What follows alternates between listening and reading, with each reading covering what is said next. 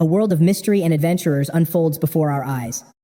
And Jein Frey is our protagonist. What is truly strange is that ever since his childhood, no matter the situation, he felt a nagging sense of familiarity. It was as if he already knew this world inside out, having experienced every single event once before. Today's adventurer registration was no exception. Despite seeing this scene for the first time, Jein Frey felt a strange wave of nostalgia. It wasn't until the receptionist's voice cut through the air that he was finally pulled back to reality. Mr. Jein Frey von Red. Thank you for waiting. You're here to register as an adventurer. Correct. Yes, he replied. While the receptionist focused on his application, Jein Frey watched her closely. Even this woman felt like someone he knew. Though they were total strangers, he felt certain they had met before. Soon enough, the registration process was complete. At that moment, a system window manifested right in front of Jein Frey. It displayed his adventurer registration. Authentication would begin once he waved his right hand. In that instant, his memories returned. He finally understood this sense of déjà vu came from his past life. He remembered playing a game in this very world. This was the world of a game he had played so much that he became a legendary top-tier gamer. That game was called the Seven Continents, a realm where players explored vast lands to protect and preserve the peace. In his previous life, Jein Frey was one of those elite players. And now, he had been reincarnated into that world. The final step was simple. Yet he stood there frozen, unable to complete the registration. Countless memories were suddenly flooding into Jein Frey's mind. Everything he knew about the Seven Continents was rushing back at once. Realizing the world he lived in was actually a game from his past life made Jein Frey tremble with shock. This whole situation was simply too insane to be true. But once he accepted it, Jein Frey realized this madness would make him invincible in this life. Sir, are you all right? The receptionist asked with deep concern as she saw Jein Frey shivering while sweat poured down his face. It's nothing. Just the excitement of a warrior. By then, Jein Frey had calmed down enough to answer. Things were starting to get very interesting. He didn't know why his memories chose to return now, after living years in this world, right at his adventurer registration. However, Jein Frey knew those memories would be the ultimate advantage for him to reach the pinnacle of this world. The authentication process finished quickly. Jein Frey Van Red's personal stats immediately flashed onto the status window. He was currently 19 years old, described as calm and flexible, but possessed no level or profession yet. His health and mana points were still undetermined. His 5 core attributes, strength, defense, intelligence, speed, and luck were also unknown. The status window began to grow larger, eventually transforming into a massive, glowing gateway. The receptionist wished him luck before Jein Frey vanished through the door.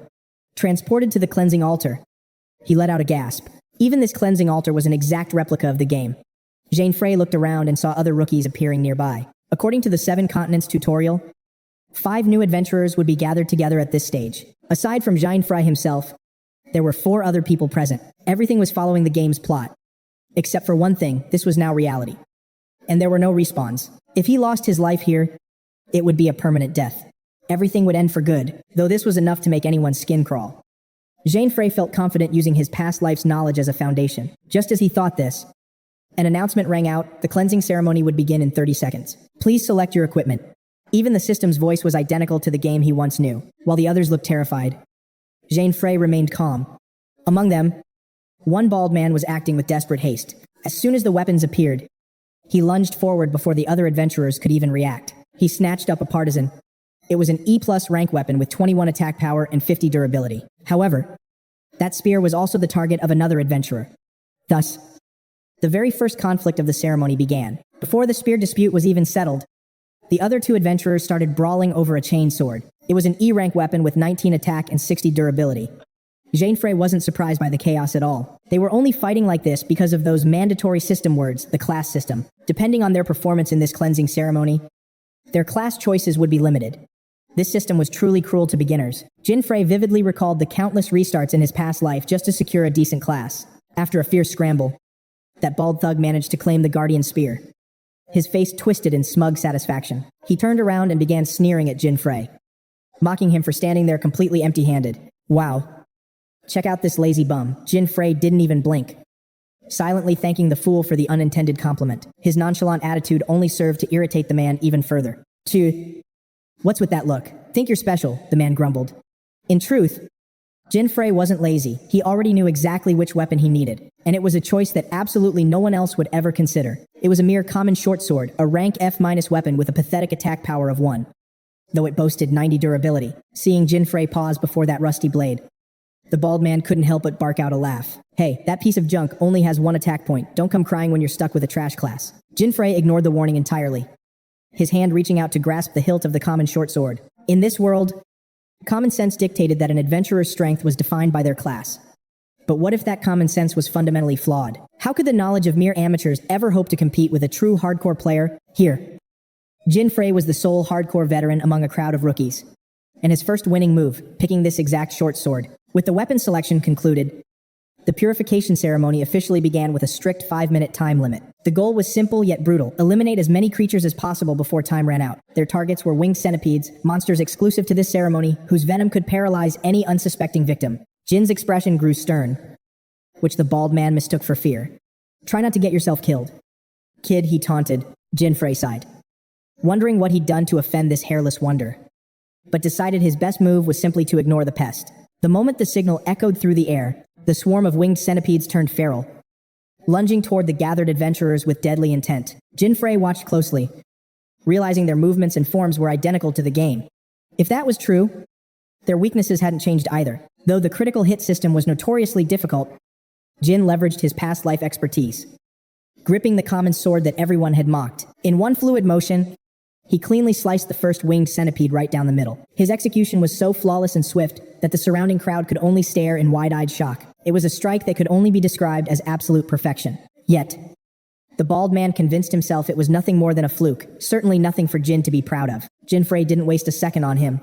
Every game has its exploits, and he was about to use one. Within the world of the 7 continents, there existed a specific exploit that could only be triggered during this very ceremony. By striking the weak point of a winged centipede with a common short sword, you could trigger an instant one-shot kill. Jein Frey had just proven the theory.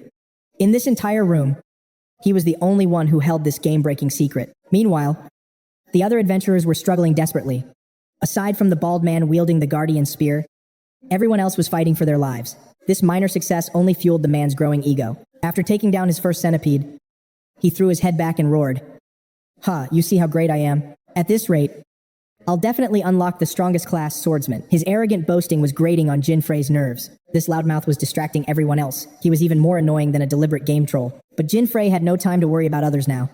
A fresh wave of winged centipedes was already diving straight for him. Relying on his vast experience, he effortlessly danced through the air, evading their high-speed charges. The sheer realism of being inside the game world sent a surge of pure adrenaline through his veins. But just dodging wasn't Jein Frey's style.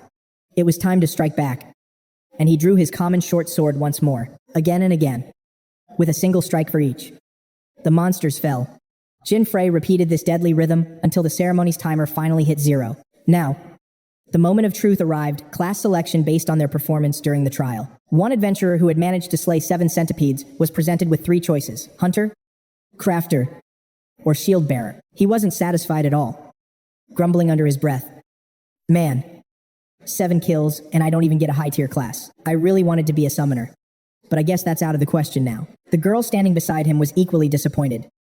But the one with the worst results wasn't either of them. It was an adventurer who couldn't slay even a single winged centipede. Because of that, he didn't even earn the chance to select a class. Meanwhile, that bald thug, boasting a score of 15 kills, naturally assumed he was the best of the bunch, and was quite satisfied to see that among his available options, the swordsman class had actually appeared.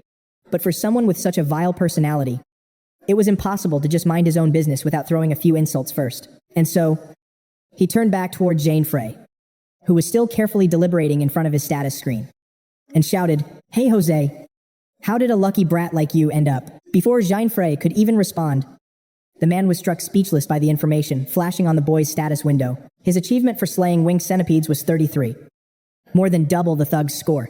With such a feat, 9 different classes were listed for him to choose from. Naturally, the swordsman class was among them. Though he was internally shaken, the thug tried to act as if it were no big deal. "Oh, you got lucky. I have swordsman too. Good for you," Jein Frey replied with total indifference. But in truth, the lucky one was actually the thug. With only 15 kills, the chance of the swordsman class appearing was less than 2%. Yet, somehow he got it. Most people believed that swordsmen and summoners were the strongest classes in the game. However, Jein Frey decided on a completely different move. The path he chose was the blacksmith class. Jein Frey made his choice with absolute certainty, leaving the crowd around him staring in utter disbelief once again. Are you an idiot? Blacksmith is the most pathetic class there is. The bald guy was the first to bark out. Despite being called a fool, Jein Frey didn't feel a spark of anger. He knew these mediocre players weren't even on his level. Whether a blacksmith is strong or weak depends entirely on the player's skill, not the class settings. With that thought, Jein Frey opened his inventory. In reality, the reason he killed exactly 33 winged centipedes was for the specific items they dropped. At that moment, his inventory held 5 winged centipede tails, 9 winged centipede wings, and 3 bottles of winged centipede blood. Jein Frey immediately began his first crafting project, fusing those 3 materials with a common short sword that most would consider useless. This was the true reason he chose this profession, because it allowed him to create overpowered equipment capable of flipping the entire game upside down. For instance, the item appearing before him now. The fusion process finished. The common short sword instantly transformed into a fearsome weapon named Centipede, an unranked blade with 66 attack power and a staggering 1500 durability. Furthermore, it possessed 3 powerful active skills. The first being Mind's Eye, which tripled damage when striking a target's weakest point.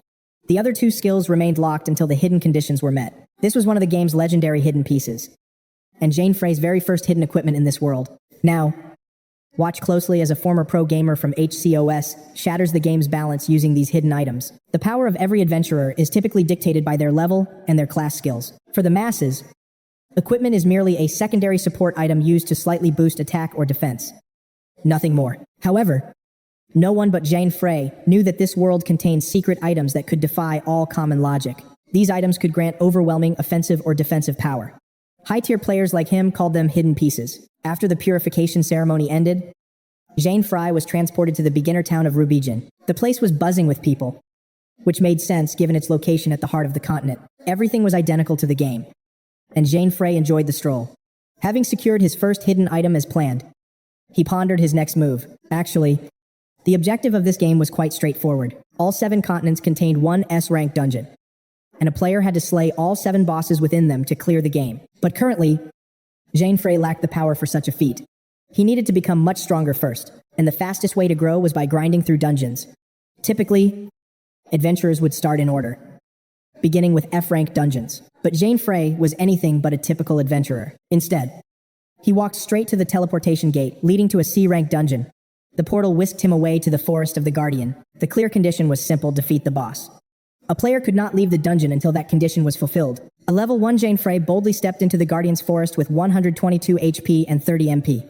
His stats were 21 strength, 27 defense, 30 intelligence, 19 speed, and 11 luck. Normally, the recommended level for this dungeon was between 17 and 30, so a level 1 entering was essentially a suicide mission. Even though Jein Frey wielded a hidden weapon, the rest of his gear was nothing but basic. Low-level trash. There was no turning back now, especially since the monsters inside the dungeon weren't about to give him a moment to breathe. The moment he stepped inside, Jein Frey was instantly ambushed by a level 17 grave demon. He knew this monster well, but a 16-level gap. That kind of power difference was enough to make anyone suffocate with fear. One clean hit from that creature, and Jein Frey would be heading straight to the afterlife. Precision in his strikes was vital, but maintaining an absolute defense was even more critical. The grave demon lunged first with blinding speed, but Jein Frey had already memorized its rhythm. The monster left itself wide open after its strike, the perfect window for him to accelerate and counterattack. Just like that, his plan worked perfectly. Mirroring his victory over the winged centipede, he delivered a single, devastating fatal blow. The level 17 grave demon was obliterated in an instant. The massive EXP surge pushed him from level 1 straight to level 10. His health points rose to 158, while his maximum MP reached 57 points. On top of that, Jein Frey gained 45 free attribute points to distribute as he pleased. Since his damage output was already sufficient, Jein Frey poured all 45 points into his defense stat. Seeing his levels and stats soar so rapidly brought a smile to his face. This achievement was purely thanks to that hidden equipment. One thing was for sure: the Mind's Eye skill from the centipede gear was incredibly broken. That 66 damage boost alone was enough to dominate B-rank dungeons on the first continent. But even that wasn't the true power of this weapon. With this blade in his hand, Jein Frey had become an absolutely overpowered monster. Everything was going exactly according to plan as he began farming his way toward the boss. However, it wasn't long before Jein Frey found himself completely surrounded by a pack of dungeon dwellers. These weren't your average mobs either. They were level 23 black snakes, the dungeon's formidable sub-bosses. The odds of encountering 3 at once were less than 1%. Yet here was Jein Frey, caught in a truly bizarre and deadly situation. He fought with everything he had. These creatures were far more vicious and feral than they had ever been in the game. Suddenly, 2 black snakes launched a pincer attack, nearly sinking their fangs into him. He forced himself to stay calm amidst the chaos. The black snakes were terrifying, especially with 3 of them. But he knew their attack patterns and their fatal weaknesses by heart, steadying his breathing. Jein Frey regained his combat rhythm and charged back into the fray. He knew their only vulnerable spot was the neck. A single, precise cut there would end their lives instantly. However, a sudden variable threw a wrench into his plans. Just as Jein Frey lunged to decapitate one snake, the other suddenly threw itself in front of his blade to shield its comrade. Jein Frey was stunned. He never expected these monsters to possess such high intelligence.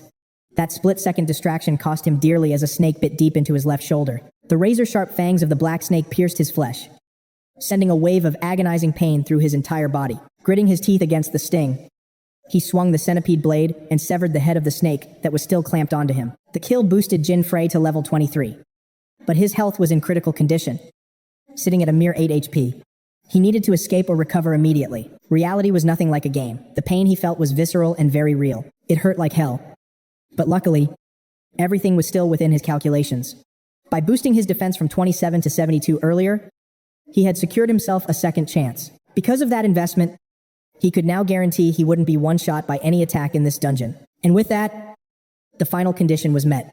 Jein Frey had successfully unlocked the second-tier skill of the Centipede Blade. As the skill activated, his speed attribute skyrocketed from 19 to a staggering 190 points. This was the true power of the second skill. It multiplied the user's speed by 10 times. But only when they were pushed to the very brink of death. With 190 speed, Jein Frey was on a completely different level. He moved like a ghost, finishing off the remaining 2 monsters in the blink of an eye, though he was battered and bruised, and his shoulder throbbed with intense pain.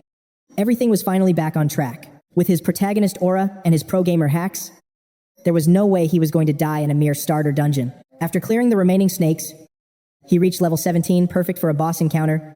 Instead of rushing, he found a massive tree to sit down and recover. Under these circumstances, most would prioritize healing their wounds. But if he restored his HP, that 10 times speed buff would vanish. Jein Frey hesitated, realizing he couldn't afford to waste such an insane advantage. Fighting a boss with only 8 health points was a suicidal gamble.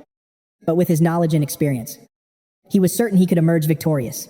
Then again, intentionally getting yourself mauled just to activate a buff was definitely not as easy as it sounded. Once he had rested enough, Jein Frey continued his journey.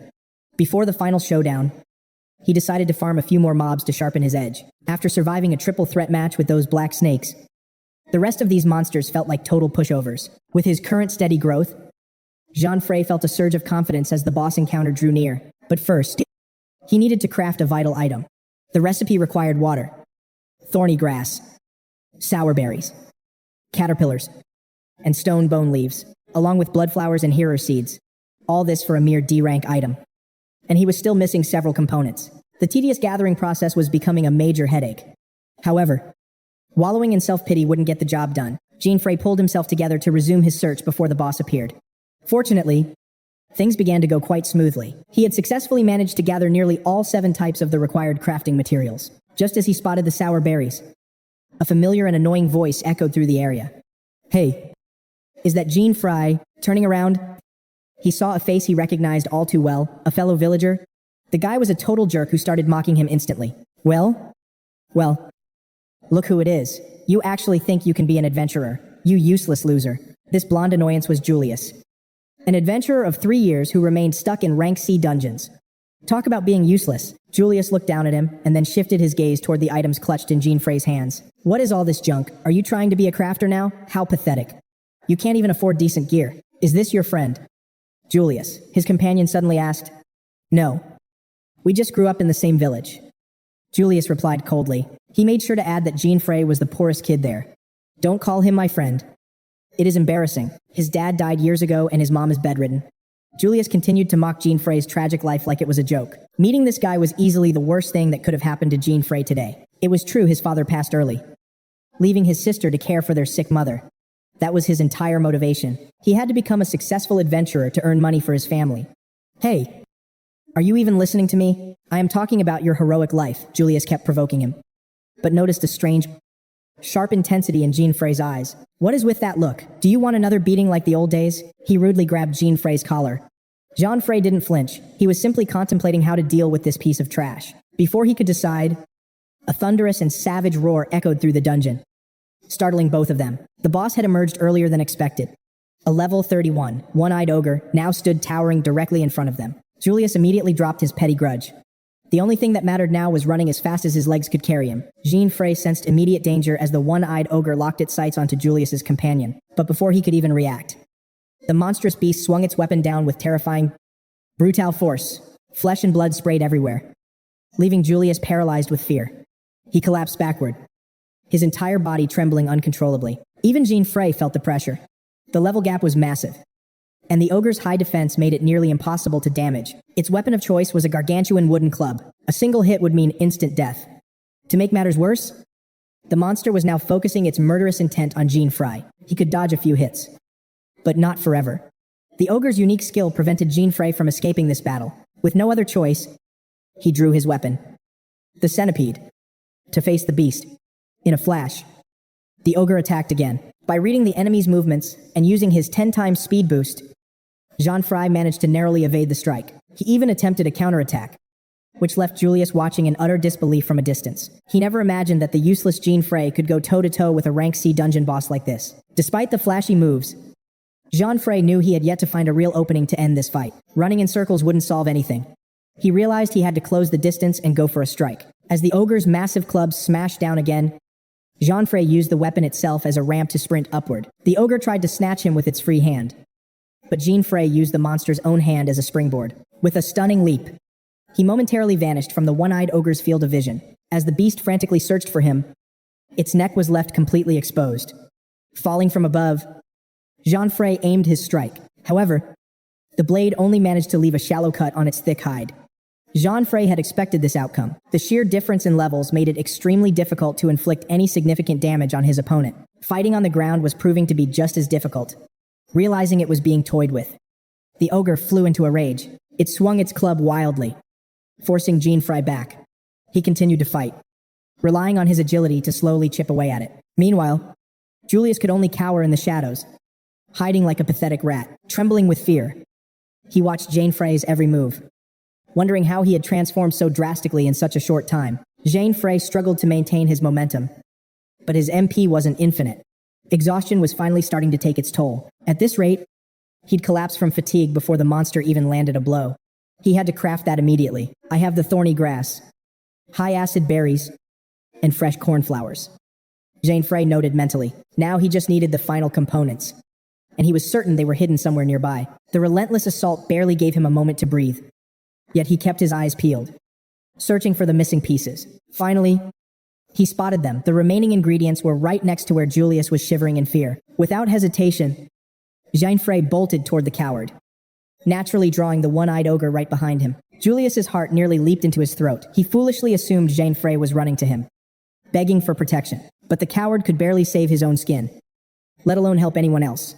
Of course, Jein Frey expected nothing from this useless brat. All he needed was a simple resource located right beside him. The final ingredient was water. Luckily, a lake sat nearby. Jein Frey dove straight into the water without a second thought. With all 7 ingredients gathered, he initiated the fusion. He successfully crafted a rank E toxin, a deadly brew designed to drain the target's HP every passing second. Poison. Are you some kind of idiot? The one-eyed ogre is completely immune to toxins, even if you force-feed it. The effect won't last, Julius screamed, proving he was as loud as he was useless. As a hacker player, Jein Frey already knew those basics, because this rank E toxin was only the beginning of the recipe. His real plan was to fuse this toxin with the spinal fluid of a black snake. From that, Jein Frey created a rank D great poison, a lethal concoction that causes severe poisoning and rapid HP decay. What is this? A double fusion item, Julius gasped, his mind reeling in absolute shock. He thought Jein Frey had gone mad, but the hero's confidence was unshakable. Now for the final step, infusing the great poison into the centipede blade. This move left Julius even more stunned than before. He assumed Jein Frey would try to poison the ogre directly, but instead, he was adding a deadly elemental attribute to his own weapon. As the process finished, a satisfied smirk crossed Jein Frey's face. This was the centipede's true, lethal form. With the upgraded short sword in hand, he was certain of victory. Right on cue, The one-eyed ogre charged again. Its roar nearly made Julius wet himself for the second time. Sorry to keep you waiting. Jein Frey taunted. You big, brainless brute. Let's start round 2. His confidence was absolute as he provoked the beast. The ogre's movements were still clumsy and crude. Only Jein Frey had changed, or rather, the power of the weapon in his hand had gripping the newly poisoned centipede. Jein Frey's battle spirit reached a whole new level of intensity. Utilizing his speed buffs, he danced around the ogre like a phantom, leaving the beast completely disoriented and dazed. In a flash, he vanished and reappeared behind the monster. This time, the centipede's strike carried a devastating sting. He successfully inflicted severe poisoning. Now, the monster's massive HP bar began to tick away relentlessly every second. Though the ogre's natural immunity fought back, Jein Frey didn't break his composure for a moment. He could play this game all day. No matter how many times it neutralized the venom, he would just strike again and again. It became a deadly, repetitive cycle. Jein attacked. Ogre resisted the toxin. And then Jein struck once more. Between those cycles, the monster's massive body was slowly being eroded by the poison. Bit by agonizing bit, constant strikes eventually wear down even the strongest foes. Finally, the one-eyed ogre collapsed under the poison's weight. Now, for the finale, timing it perfectly. Jein Frey drove his blade straight into the beast's solitary, glowing eye. A deafening roar of agony shook the air. The fatal blow had landed. The victor was finally decided. Jein Frey landed softly on the ground. He was drained to the bone, but his high-stakes gamble had paid off perfectly. Are you for real? Julius muttered from his corner, witnessing the impossible feat with his own eyes. He couldn't believe this legendary warrior was the same Jein Frey he had once looked down upon. Suddenly, Jein Frey turned his gaze toward him. Panicked, Julius turned tail and bolted like a coward. Forget this. I'm out of here, Julius thought. Jein Frey watched him flee, sighing with pure disappointment. Tsk. The centipede blade faded from his grasp as Jein Frey let out a soft sigh. It seemed the situation had finally stabilized. Status shift. A translucent status window flickered into existence, displaying Jein Frey's updated attributes and personal information. Scanning his stats, Jein Frey cried out in excitement. Incredible, my level actually went up a bit. With a casual wave of his hand, the surrounding info screens began to vanish.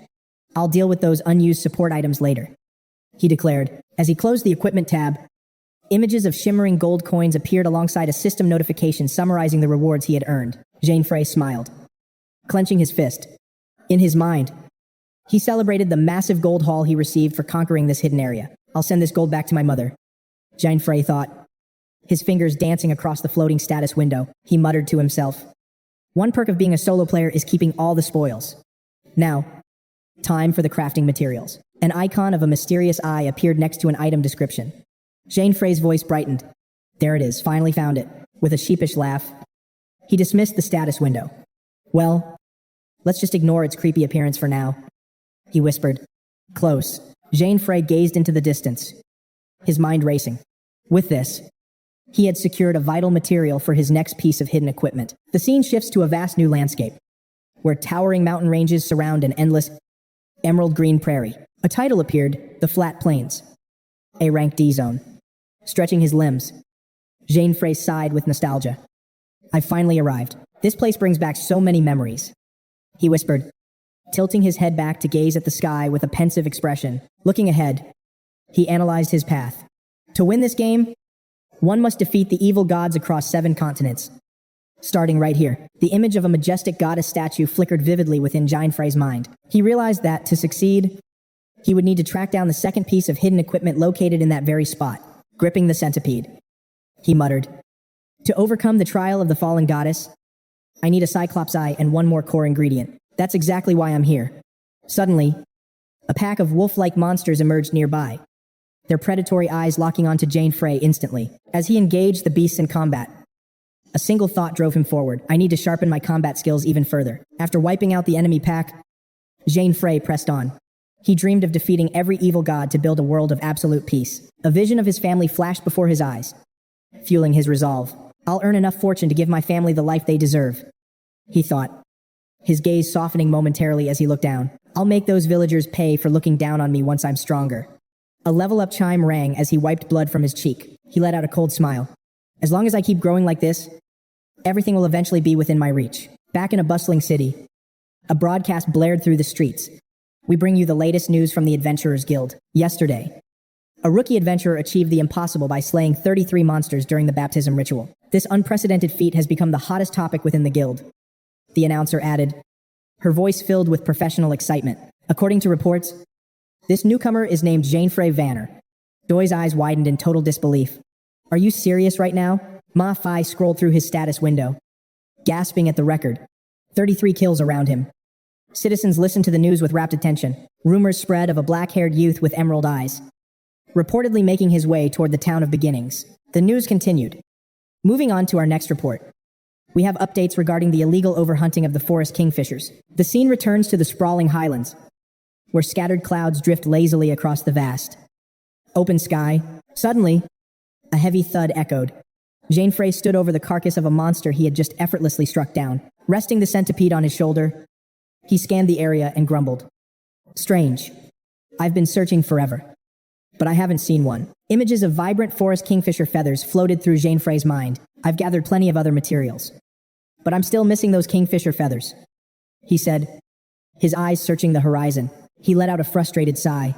It's not like these birds are supposed to be some kind of rare, legendary species. The sharp cry of a kingfisher echoed in his memory as a holographic map projected itself within his mind. He recalled that each continent had 7 regions.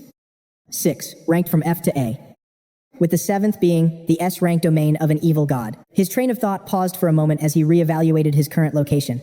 The highest spawn rate for forest kingfishers is supposed to be right here, in this rank D zone of the first continent. But as Jein Frey looked up at the empty sky, the centipede blade began to vanish from his hand once more. Well, this is useless, he muttered helplessly. I'll teleport back to town and see if I can dig up some better information. The scene shifts to high noon, where warm sunlight bathes a small, peaceful town nestled deep within the heart of the forest. Jein Frey strode through the town, his eyes scanning every corner. There's got to be a general store around here somewhere, he muttered to himself. Jein came to a sudden halt in front of a weathered sign and smirked. Found it now. If I can just find someone to ask for directions. As Jein reached out to grab the door handle, a piercing scream suddenly erupted from inside the building. Hey! Wait, stop. From within the shadows, a man named Sap emerged with a heavy sack slung over his shoulder. He let out a boisterous laugh. Time to bolt. Boys! He shouted as his crew followed him out. Henry shoved Jein aside with a sneer. Out of the way. Brat, he barked. As the gang made their escape, Sap's excited shouts filled the air. We hit the jackpot this time. Jein stared after them, a look of utter confusion on his face. Asterisk. Are those guys just straight-up bandits or what? Times, he wondered. The scene shifts as Sap's crew flees through the streets, clutching bags overflowing with stolen loot. They laughed and joked, completely unbothered by their crimes. Nearby, Sophia and her daughter Maria were enjoying a quiet stroll. Sophia flinched in surprise as Sap's voice thundered. Move it. Get out of the way. Without a hint of remorse, Sap reached out and shoved little Maria aside. The girl let out a startled cry as she lost her balance, her body tilting dangerously. As Maria plummeted toward the ground, a scream of terror escaped her lips. But like a bolt of lightning, Jein Frey suddenly surged forward. He caught Maria just before she hit the dirt. Holding her steady with one arm, Jane's gaze turned sharp, tracking the fleeing gang. Asterisk. Those thugs. Asterisk. Sap continued to sprint ahead, casting a silent, lingering glance back at Jein as they made their getaway. Sophia pulled Maria into a tight embrace, her eyes full of gratitude. Thank you so much, she told Jein. He looked down at the girl and replied softly, don't mention it. While the gang vanished into the distance, Sophia tried to calm her trembling daughter. It's okay now, sweetheart. You must have been so scared. Suddenly, an old man named Len appeared from the shop. Those damn mountain dogs, Len spat, his voice trembling with rage. Jein turned to look at him, realizing this man must be the owner of the ransacked shop. Mountain dogs? Jein asked, puzzled. Len sighed and explained. Yeah, they're the Mountain Dog Guild, a pack of low-life thieves and poachers. Lately, they've claimed this area as their territory. They've completely cleaned out my entire shop. Jein looked at Len in disbelief. So guilds like that actually exist? He muttered. Len's gaze drifted toward the horizon, filled with weary sorrow. I suspect those recent cases of kingfisher poaching in the forest were their doing as well, the old man added grimly. Jein froze in shock. Asterisk. Wait. What times? A mysterious voice echoed in the background as he struggled to process this disturbing revelation. Looking in the direction the gang had fled, Jein realized they were the culprits. Len removed his headscarf with a heavy sigh. They don't care who they hurt. Women, children, It doesn't matter to them. They truly are the lowest of the low. I suppose I'll have to close up shop for a while. Len lamented. Jein remained silent for a long moment. His eyes fixed on Len's retreating figure as the weight of the situation sank in. Stroking his chin, Jein fell into deep thought. Asterisk, the Mountain Dog Guild. What a mess. Usually, a guild is meant to bring like-minded adventurers together. Not this. The faces of Len, Sophia, and little Maria flashed through Jane's mind, fueling a growing fire within him. He didn't want to get involved, but he couldn't let this go. His anger was at 10% for their bullying, but it surged to 90% over the heartless poaching of the Kingfishers. Jein was now reaching a boiling point of pure fury, driven largely by his own personal principles. A sharp thought cut through his mind. He was absolutely livid at the atrocities Sap and his thugs had committed. Making his decision, Jein took off in a dead sprint to hunt them down. The scene shifts to a narrow, cluttered alleyway filled with piles of junk. Jein appeared at the mouth of the alley, pressing his back against a wall as he carefully peered inside. Nearby, the Mountain Dog Guild members were boasting loudly, surrounded by mountains of stolen property. Clutching a bottle of wine, Sap gave a crooked grin. Looks like we've picked almost every shop in this town clean. Henry stood opposite him and nodded in agreement. Exactly. The boss said it's time for us to pack up and move on. Jein watched them from the shadows, his eyes scanning their loot. Asterisk, they've got the stolen goods. But where are the Kingfisher feathers? Asterisk. Jein took a quick survey of the area. Fortunately, Sap's crew was too distracted to notice they were being watched. His gaze locked onto a shelf stacked with blue jars. Upon closer inspection, he saw they were packed full of vibrant Kingfisher feathers. Asterisk. There they are. Times Jane's brow furrowed as his suspicion was finally confirmed. It was true, these bastards had hunted the poor birds to the brink of extinction. Nearby, Sap continued swigging his wine while chatting with his men. By the way, did you hear the news about that new adventurer? One thug asked. Another piped up. You mean number 33? What's that even supposed to mean? It sounds like a total load of crap, Sap barked, erupting in anger. You idiot, it's all fake news. Just tabloid trash. Actually, it might be true. A voice chimed in. Jein huddled closer to the wall, his heart racing. Asterisk, I can't hear them well. And there's too many of them. What's my move? Asterisk. Suddenly, a cold voice whispered from directly behind Jein Frey. Hey, what the hell do you think you're doing? Adrian appeared out of thin air. Asterisk, damn it, times Jein thought. Asterisk, this must be a thief's camouflage skill. I didn't even sense him. Asterisk. Jein instinctively threw his hands up in the air. Whoa. Take it easy. Man, I'm not Adrian, cut him off. Leveling his weapon at Jane's throat. Save it. You're not just a suspicious brat. You're a lost one. Exactly. We just took out a rat from a rival guild who said the same thing. Jein Frey remained silent, absorbing the weight of those hostile words. He glanced away, avoiding their gaze. Suddenly, Adrian lunged forward, weapon aimed at Jein. Jein stepped back, narrowly dodging the blow. That was way too sudden, he thought. Jein opened his palm, summoning Centipede. No choice then, he whispered as Adrian thrust again. Moving like a shadow, Jein slipped past and delivered a crushing kick to Adrian's ankle. Adrian's balance buckled instantly, seizing the opening. Jein slammed his sword hilt into his neck. A loud thud echoed, drawing the attention of S and his crew. What was that? Hey! Someone's there, one shouted. Jein Frey. His mind racing. Great. Even more trouble. S glared at Jein. What's this, another pathetic spy from some rival guild? Jein raised his hands. Wait. I'm not here to fight. I just need some feathers. He paused mid-sentence, his eyes falling on the weapon still gripped in his hand. Looking at the hostile group, Jein Frey. No matter what, they'd blame him for this. How pathetic. Henry looked down at the unconscious Adrian. Is he dead already? S observed his fallen soldier before erupting. He took down our man. Kill him. Jein dropped into a low stance, grimacing. Tisk. What a massive pain. Look, I didn't kill him, Jein declared. But since you won't listen, I'll use force. Gripping Centipede, Jein faced the mob. Henry roared, charging forward with his blade raised high. Henry let out a war cry, but Jein remained calm. Sidestepping and redirecting his momentum, Jein slammed the hilt of Centipede into Henry's face, drawing a pained scream. Henry doubled over, clutching his mouth as blood began to spill through his fingers. My nose, Henry wailed. Jein Frey. Relax. I only hit you with the handle. You're scaring your friends. Jein teased. The Mountain Dog members recoiled, their confidence wavering. As they backed away, Jein scratched his cheek. Dealing with a whole guild is annoying. So troublesome.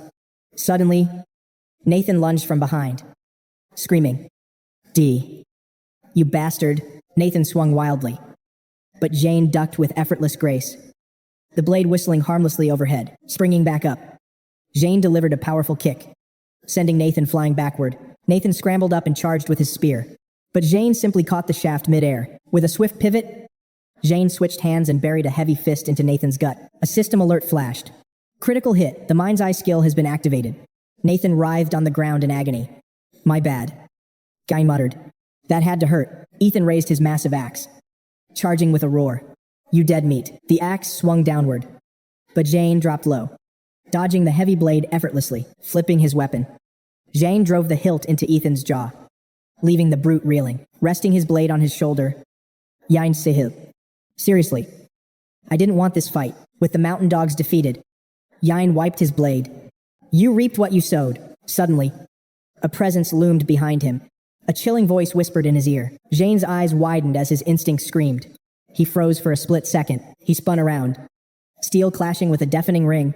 Their blades locked as S smirked. S chuckled mockingly. "Your rear is wide open, kid." Quite the amateur mistake. Jein glared at him. He used stealth again. He realized, his mind racing for answers. Memories of Lucan being robbed flashed back. This was the same thief from before. They broke the lock and leaped back, eyes locked in a lethal stare down. S raised his sword with a smug grin. "I'm the Vice Master. Samawua. Heard of me? Never heard of you." Jein deadpanned. How could anyone say that name without cringing? Rage flared in Sap's eyes. He barked. "Kid. Some things are better left unsaid." He gripped his hilt and lunged at Jein Frey. "I remember you now. You're the brat who crossed us in the city. We should have slaughtered you." Then Jein parried the heavy blows with ease. "Your weapon looks a bit pathetic, doesn't it?" "Aren't you just a lowly thief?" Sap smirked. "Keep chirping, little bird. You've got some moves. I'll give you that." A relentless barrage of strikes rained down on Jein Frey as Sap analyzed his opponent. "You only have that blade because of dumb luck." Sap's voice boomed as he pressed his frantic offensive. "Sometimes fortune smiles on the weak, but we are professional adventurers with reputations to uphold." "And we." He gave a cold laugh. "Gear is just for show. True power lies in professional mastery. You understand." "Is that so?" Jein replied ice cold. Sap swung with lethal force, but Jein slipped away like a shadow. The massive impact of Sap's blade shattered the earth into 1,000 jagged pieces. "You arrogant brat. One look at your gear tells me you're a rookie. That armor was just a tutorial reward." Jein remained silent, analyzing his foe. "But that weapon, that's a high-rank rarity," Sap noted greedily. Jein frowned in sheer annoyance as Sap's arrogant voice continued to drone on. "That blade is the only reason you're acting tough, clearly. You have never faced a real adventurer before." With a wave of his hand, a swarm of razor-sharp blades materialized in the air. The hovering steel locked onto Jein Frey. Sap flicked his wrist, sending dozens of swords screaming toward him. Jein stood his ground, his hands moving in a blur to deflect every incoming blade. Sap leveled his sword again. "In a duel between adventurers, exposing your class to the enemy is a death sentence." Sap grinned, certain of his victory. "You're a crafter. Right. Since you only forge, I just have to watch your movements." Jein stayed quiet, his eyes locked onto his opponent as Sap's voice echoed through the clearing. "But you have no idea what my class is or what devastating skills I am hiding." Jein countered calmly. "You're a thief. Right. Only that class uses the extortion skill." Sap exploded in fury. "What, impossible?" he stammered, gripping his sword tight. "I am a high-level summoner." "Damn it, Jein Frey." His thoughts filled with pity. "Wow. I'm actually starting to feel sorry for this guy." He recalled the power of extortion. "I must confirm if he mastered that skill. If he steals my weapon, it's over." Jein gripped his blade tight, his resolve hardening instantly. "Time to wrap this up. Let us end this in a heartbeat." Without a word, Jein lunged forward, his eyes locked on his target as he prepared to strike. Suddenly, two figures appeared behind him. Jein gasped, caught off guard by the sudden, lethal ambush. What both Len and Mar charged, their weapons gleaming. They had been using stealth all along. Len's blade whistled through the air, but Jein twisted mid-flight, landing gracefully on one hand to balance. He evaded the strike and slid back, his hand grazing the dirt as he stabilized his stance. In a flash, Jein redirected his momentum toward Sap, flipping his weapon mid-motion for a blunt strike. The heavy hilt of his blade slammed directly into Sap's solar plexus with a sickening thud. A system alert flashed. Critical hit. Sap stood frozen, his body failing as he let out an agonizing scream. His agonizing shriek was so powerful that the windows of nearby houses shattered into dust. Sap collapsed. Completely unconscious. Vice Captain Mars screamed in terror. Please. Wake up. This is bad. He's completely out cold, Len cried out in despair for his fallen leader. Jein raised a hand awkwardly. My bad. I didn't mean to land another supercritical hit. He sighed and stepped behind the remaining two. The battle was over. Sap lay motionless on the ground. Unless you two want to end up exactly like him. Jane's voice echoed coldly through the air. He leveled his blade at them, his gaze sharp enough to cut. Hand over the blue rain.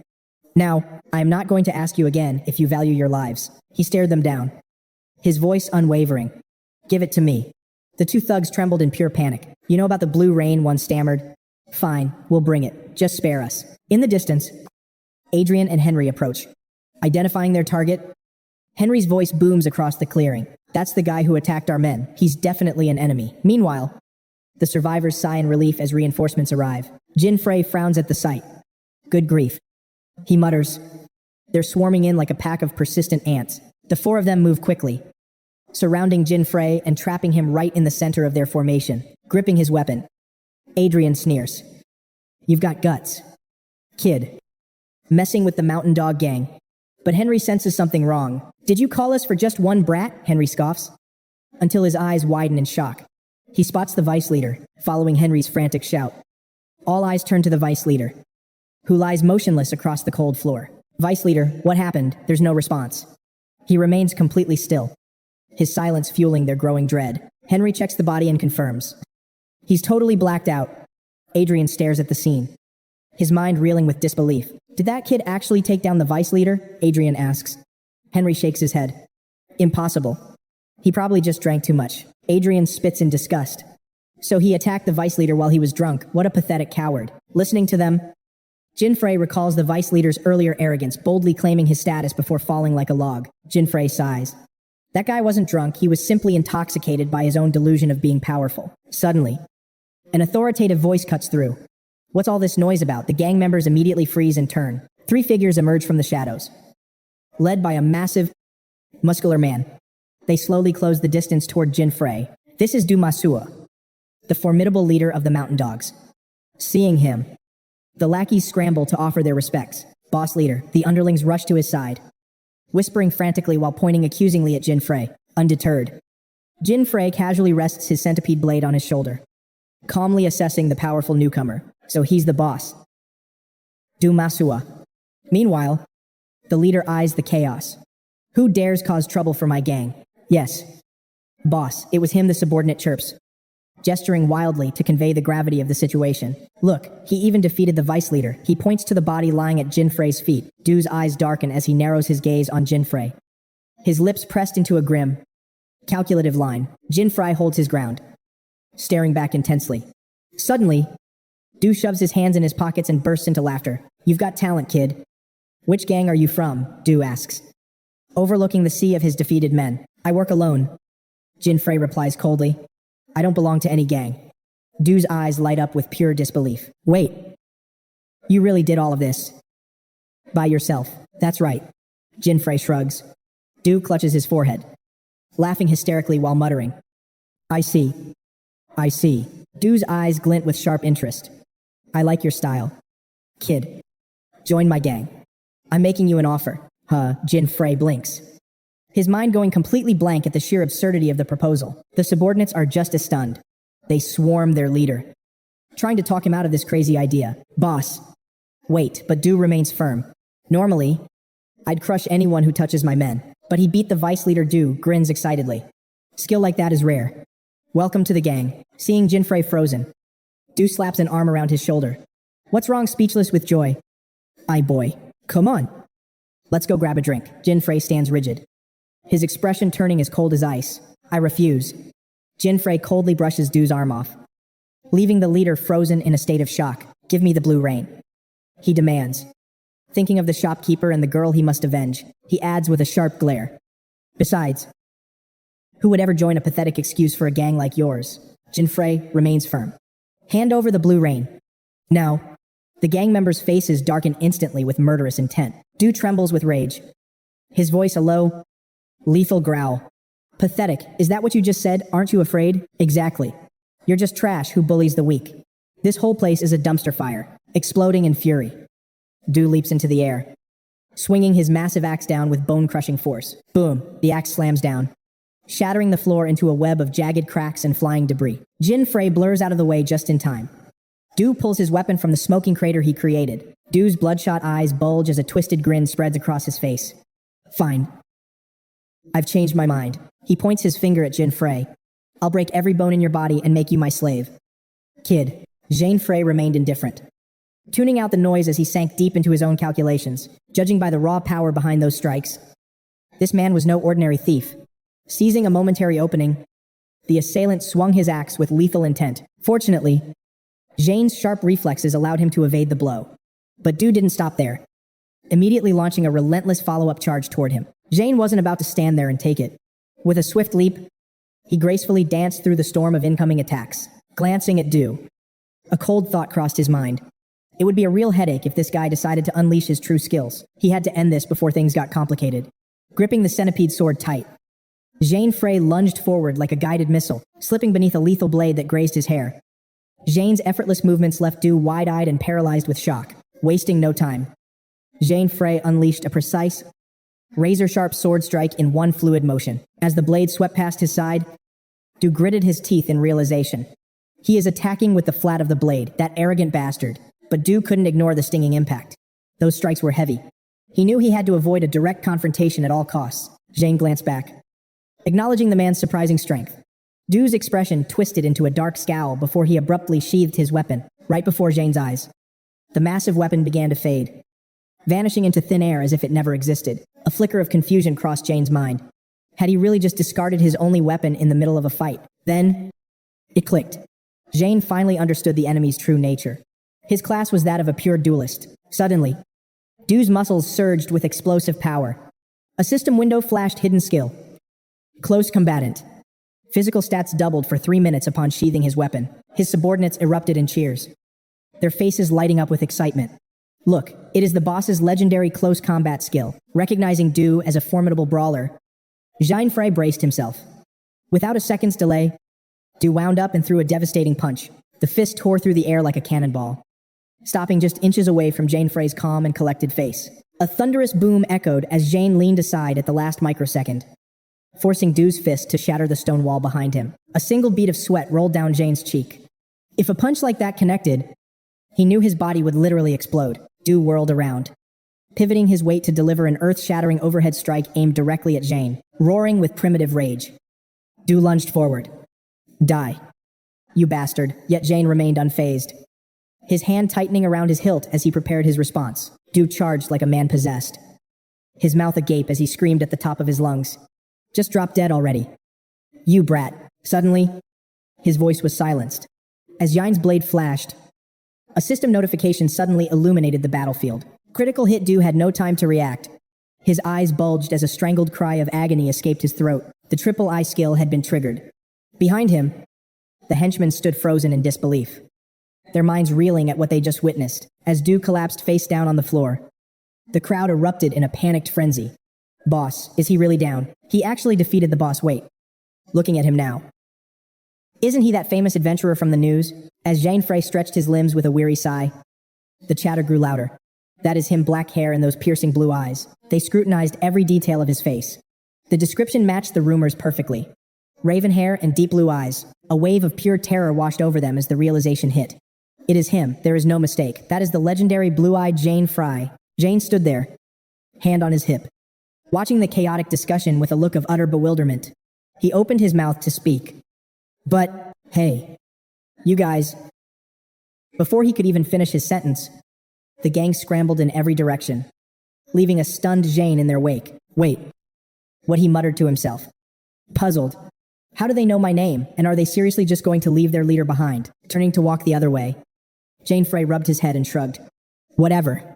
No use worrying about it now. Time to find Lam Vu and return those stolen treasures back to the shop where they belong. Deep within the B-rank Taxon dungeon, where the sound of rushing water filled the air, Jein Frey reflected on how quickly the boss fight had concluded. It was certainly a different experience compared to fighting the one-eyed ogre.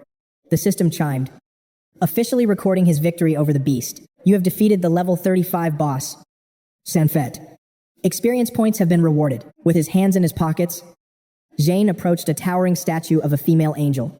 He stopped before the monument, gazing at it in somber silence. The statue's eye was missing, her hands clasped in a permanent prayer. Jein Frey whispered softly, "I have missed you, fallen goddess." He looked up, his mind racing. If I can just crack the mechanism of this statue, the second hidden piece of equipment will be mine.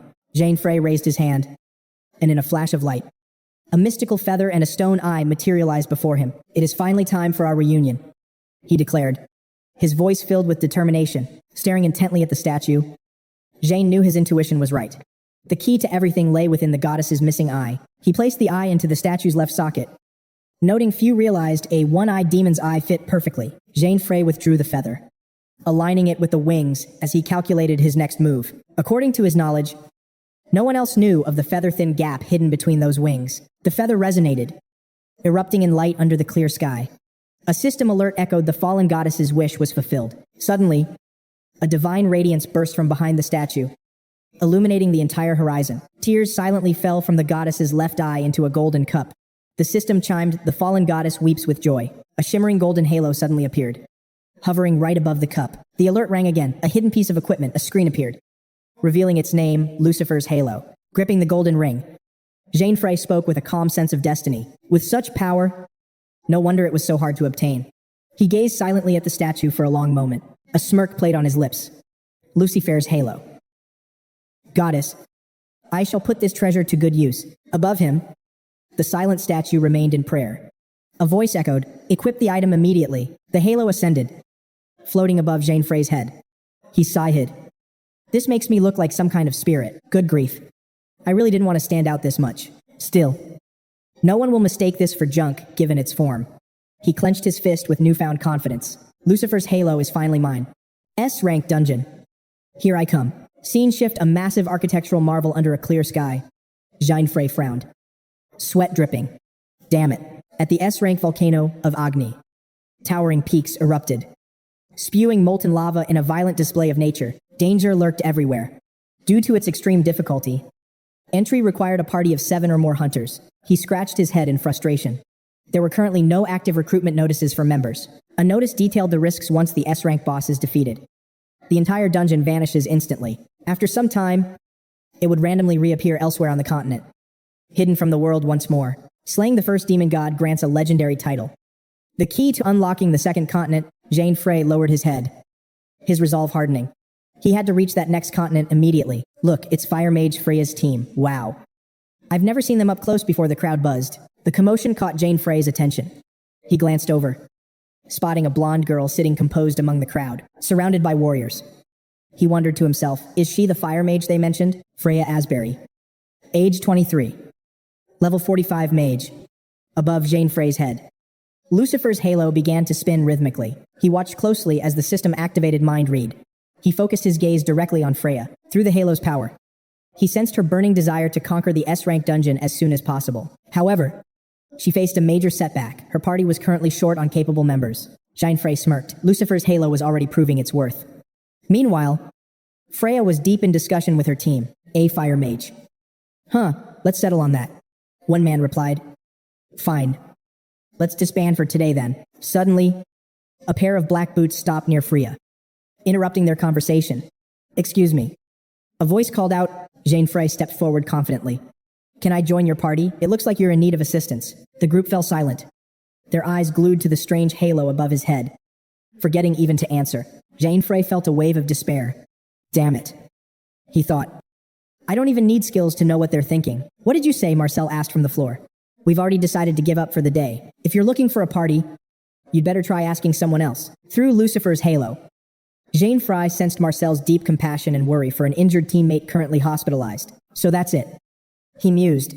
One of them was hurt, leaving them without the required numbers. He looked pointedly at Freya. I'd like to hear the captain's opinion. You look quite troubled. Don't you? Tell me. Is there something urgent you need to accomplish inside that S-rank dungeon? Freya Seahill, her gaze dropping. A notification appeared she was desperate for her father. Missing in the dungeon for a month. I see. Her father is the reason. Freya bit her lip.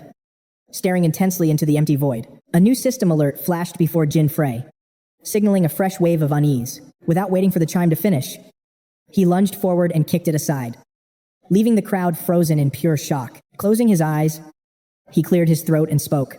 "Forgive my late introduction. My name is Jein Frey. I need to enter the rank S dungeon immediately." Freya paused at the name. Jein Frey. Where have I heard that before? Behind her, Arthur stood paralyzed. If this truly was that legendary Jein Frey, the air grew heavy with frantic whispers. Isn't he the one from the news? The murmurs spread through the group like wildfire. The man who slaughtered 33 monsters at the Blue West altar. This weak-looking kid. No way. It has to be a mistake. Overhearing the gossip, Jein Frey closed his eyes in awkward silence. So, I actually made the headlines. Unbelievable. This system really has no respect for privacy. Exposing everything to the world. Freya stroked her chin, narrowing her eyes. There's something off about him. It is almost like he is reading my very thoughts. I do not care about rumors, but his aura is different. He possesses a presence no recent adventurer can match. She watched him closely, sensing a soul weathered by countless trials. Suddenly, the system chimed. You have sensed astonishment. Freya's growing intrigue toward his presence filled him with a surge of quiet triumph. I am making progress, he thought. After a moment of silence, Freya spoke. Fine. You may join our raid team. Her crimson cloak snapped sharply in the wind as she turned to leave. Stepping forward, she issued a cold warning. Slow us down, and we leave you behind. His blue eyes shimmered. Everything was falling into place. Thank you. Lucifer's light. At last, the gates to the rank S dungeon were finally open to him. The party ventured deep into the rank S volcanic zone, with Jein Frey positioned at the very front. So I am the vanguard, putting me in the line of fire. That captain is ruthless. Still, he did not mind the challenge. Behind him, the others whispered in doubt. Is it really okay to let this guy lead the group? I do not trust him. One muttered. Freya replied coldly. As long as he is useful. If not, he will make a fine decoy. Her gaze fixed on Jein Frey's back as he marched forward with unwavering confidence. Arthur hurried to catch up, asking, Are you truly the hero from the news? Jein Frey hesitated, caught off guard. I suppose so, he replied. Though internally he was confused, he had not even seen the report himself. Arthur bit his lip, lost in deep thought. A system warning flashed. You have sensed overwhelming anxiety. Arthur's lingering distrust made Jein Frey sigh inwardly. This guy is way too suspicious. Cedric barked from the back. He is obviously lying. Arthur, look at him. Does that look like a powerhouse to you? He is even wearing a ridiculous halo. Jein Frey winced, his pride taking a massive hit. Could they please stop pointing that out? It looks silly, but it is actually useful. Suddenly, a high-priority alert blared from the system. Skill 2, Mana Perception. Activated. An unknown, massive magical signature is rapidly approaching. Jein Frey's heart raced. Are the summit monsters descending in a single, massive wave? He spun around, screaming at the top of his lungs. Tanker, activate your defensive skills. Now, Cedric just stood there, blinking in confusion. What he stammered. Jein Frey ignored the delay. Hurry, the volcano is about to erupt. Cedric's brow furrowed in annoyance. Listen here, you brat. Before he could finish, a thunderous explosion rocked the horizon. The volcano erupted, raining molten debris upon them, while the others froze in panic. Jein Frey roared. Get the shields up. Hundreds of flaming boulders hurtled toward their position. Gritting his teeth, Cedric thrust his hands upward, bracing for the inevitable impact. Repulsion, he growled. An invisible web of force expanded, intercepting the deadly volcanic barrage. Watching the inferno, Jein Frey analyzed the situation. Molten rain was everywhere. They had to wait it out. Freya's expression darkened as she took command. Hold your positions. She slammed her weapon down, her mind racing, steeling herself. She raised her blade and placed a hand over the steel. Inferno meteor, she whispered. A massive magic circle erupted beneath her feet, conjuring a gargantuan sun of fire above her head. With eyes shut tight, Freya hoisted her weapon high, pointing it toward the darkened sky. With a violent swing, the fireball tore through the air, incinerating the falling debris in a blaze of intense heat. From behind, Jein Frey watched the spectacle, witness to the captain's overwhelming power. A sly smirk played on his lips as he whispered, A fire mage. She uses flames to vaporize solid rock. Suddenly, jagged fissures tore through the earth beneath their feet. Panic erupted as a massive crack surged toward them, leaving the group in absolute chaos. Is the ground splitting apart? Something went wrong where Arthur stood, and a desperate scream suddenly tore through the air. Every head turned just in time to see him plummeting into the dark abyss. Horrified cries of his name echoed through the canyon. Arthur wasn't doomed just yet. A slender, powerful hand shot out, firmly seizing his wrist in midair. It was Jein Frey. Gritting his teeth, he held on tight, leaving Arthur dangling precariously over the jagged edge. But then, the ground beneath Jein Frey's other hand began to crumble. The very stone was shattering. "Damn it," he hissed, eyes wide as he realized the shelf was giving way. Together, they plummeted into the darkness below. As the crowd watched in shock, they fell at terminal velocity. Jein Frey braced for the end. But the expected impact never came. They landed on something white, massive, and strangely bouncy. It was the back of a level 38 cotton bat monster. Jein Frey exhaled in relief, propping himself up. A cotton bat, talk about a lucky break. He smiled inwardly, thanking the plus 100 luck stat from his mysterious aura. The beast growled, its eyes narrowing with murderous intent. Sensing the danger, Jein Frey cursed and shouted to Arthur, "Hey, jump now." They leaped off just as the cotton bat spun around, its rage practically radiating through the air. Staring down the beast, Jein Frey warned, "This thing absorbs kinetic energy to power its own counterattacks. Our fall just charged it up. Be careful." Arthur gripped his short blade, his knuckles white as he braced himself. "Don't tell me what to do," Arthur snapped. Suddenly, the earth shook as a shockwave blasted toward them. "Look out." The cotton bat beat its massive wings and bared its wicked fangs, letting out a deafening, bone-chilling roar. Footsteps thundered against the stone, sparks flying with every stride as someone blurred across the cavern floor. Jein Frey lunged, grabbing Arthur by the waist and throwing him clear of the strike. Arthur hit the ground hard, gasping in pain, drawing his blade.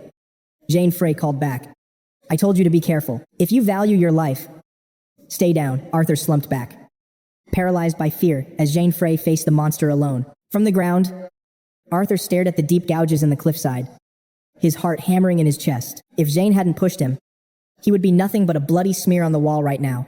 He shuddered. Is this the power of an S-rank battlefield? Even a common monster here possesses such terrifying, destructive force. Meanwhile, Jein Frey stepped forward, delivering a single, effortless strike with lethal precision. It happened in a flash. The beast collapsed, dead before it hit the floor. Arthur was utterly speechless. He looked at Jein Frey in awe. Did he really just take that thing down with one hit? Back at the surface, Frina stood at the edge of the abyss, her hands glowing as she channeled her detection magic. "Well, anything." Cedric barked impatiently. Frina, clutching her mana-infused jewel, remained as cold as ice. "Arthur is alive," she mused internally, still stunned that Jein Frey would actually risk his life to save her brother. Furthermore, that man had sensed the explosion long before anyone else did. Who exactly is he? The others sighed in relief and prepared to descend. But Frina sharply cut them off. "Stop. Searching for him now is a waste of energy," she explained coldly. "We cannot exhaust ourselves before the demon god. Our mission is to slay the demon god and bring peace to this continent. We must reach the summit." Her gaze was resolute. "We move forward.